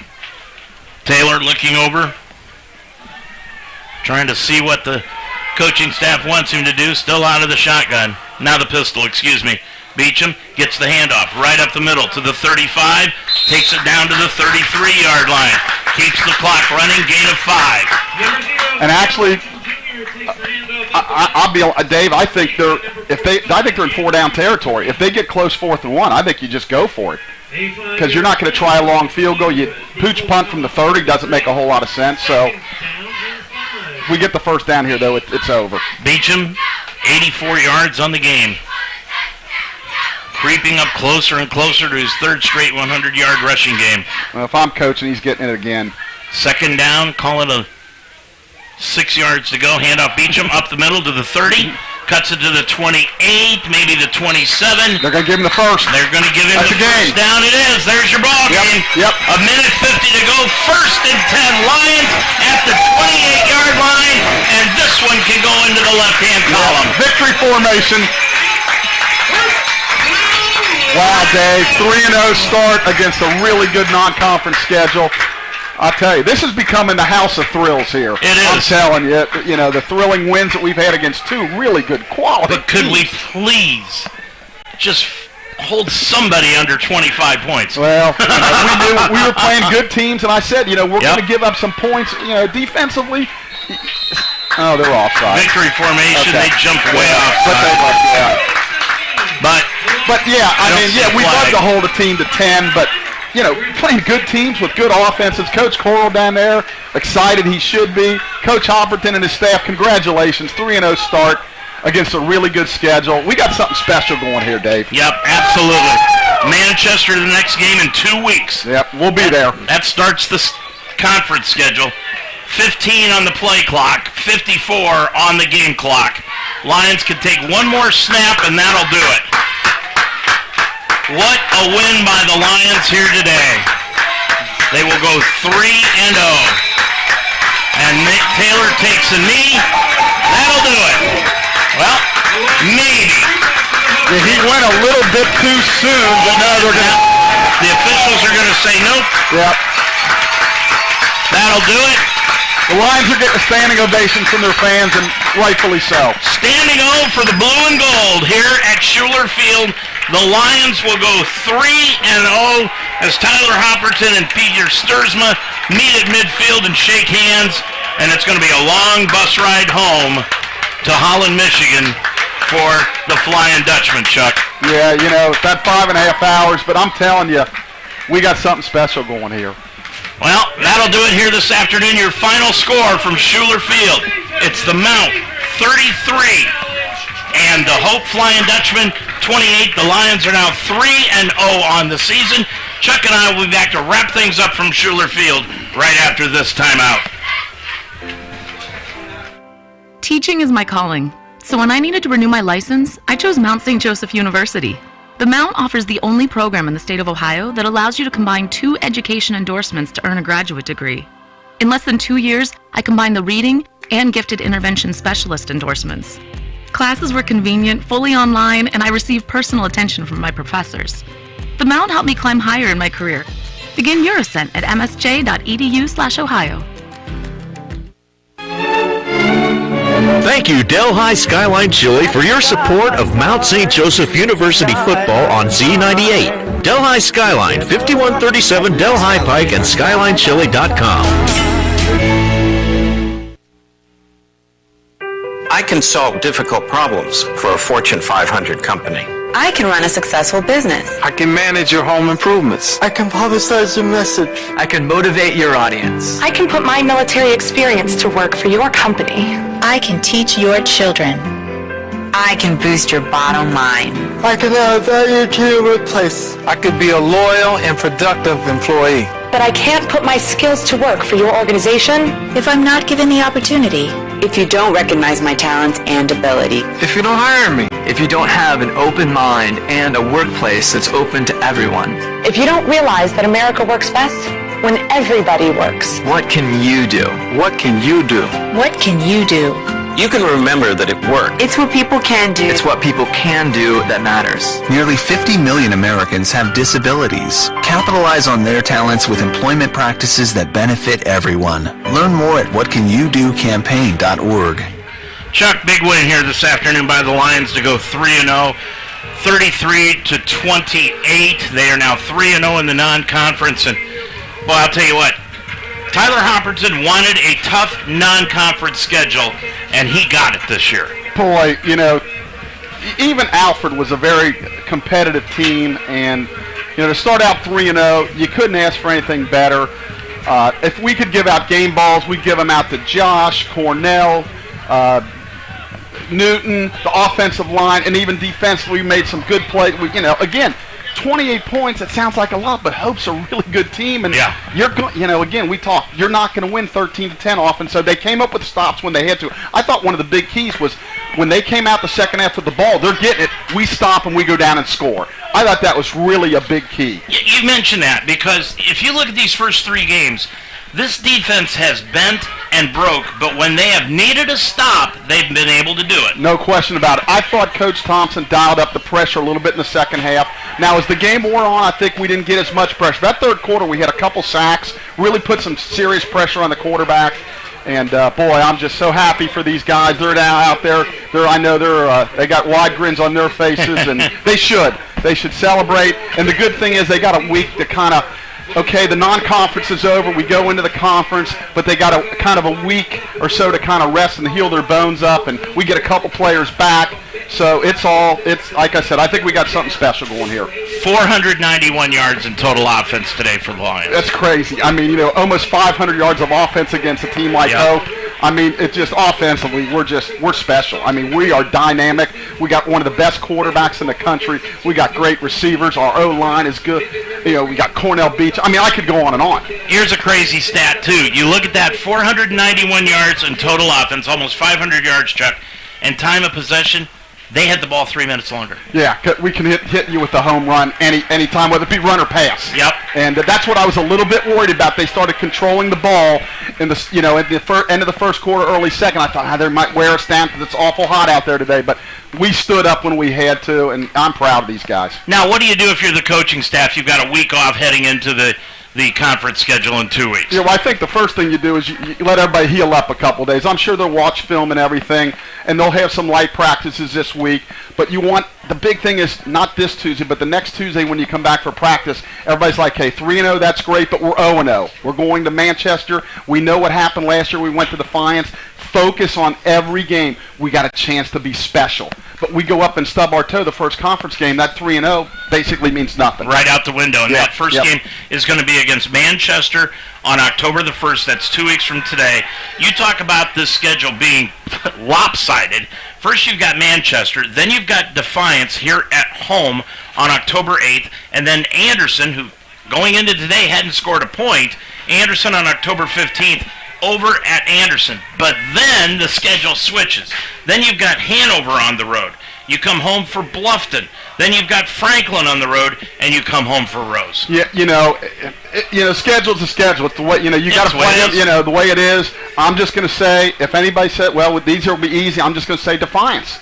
That's all I got to say, and they're going to know. Yeah, we had injuries, things happen, but you know what? Nobody cares. It's an L. Yep. So we got to make sure, maintain a focus, and again, I'm glad we got a week off. Because this is, Baldwin, Wallace, and Hope, these are two of the best wins in our school's history from a non-conference standpoint. So this is going to allow them the chance to catch their breath, heal their injuries up, and, boy, they should feel good about themselves, though. Boy, what a game, what a win. Lions now 3-0, 33-28 winners over Hope, who go home 2-1. Checking out, wrap it up from Schuler Field after this final timeout. You're a Lions fan. Own it. And we are the radio home of Mount St. Joseph Lions Sports, UltimateSportsTalk.com.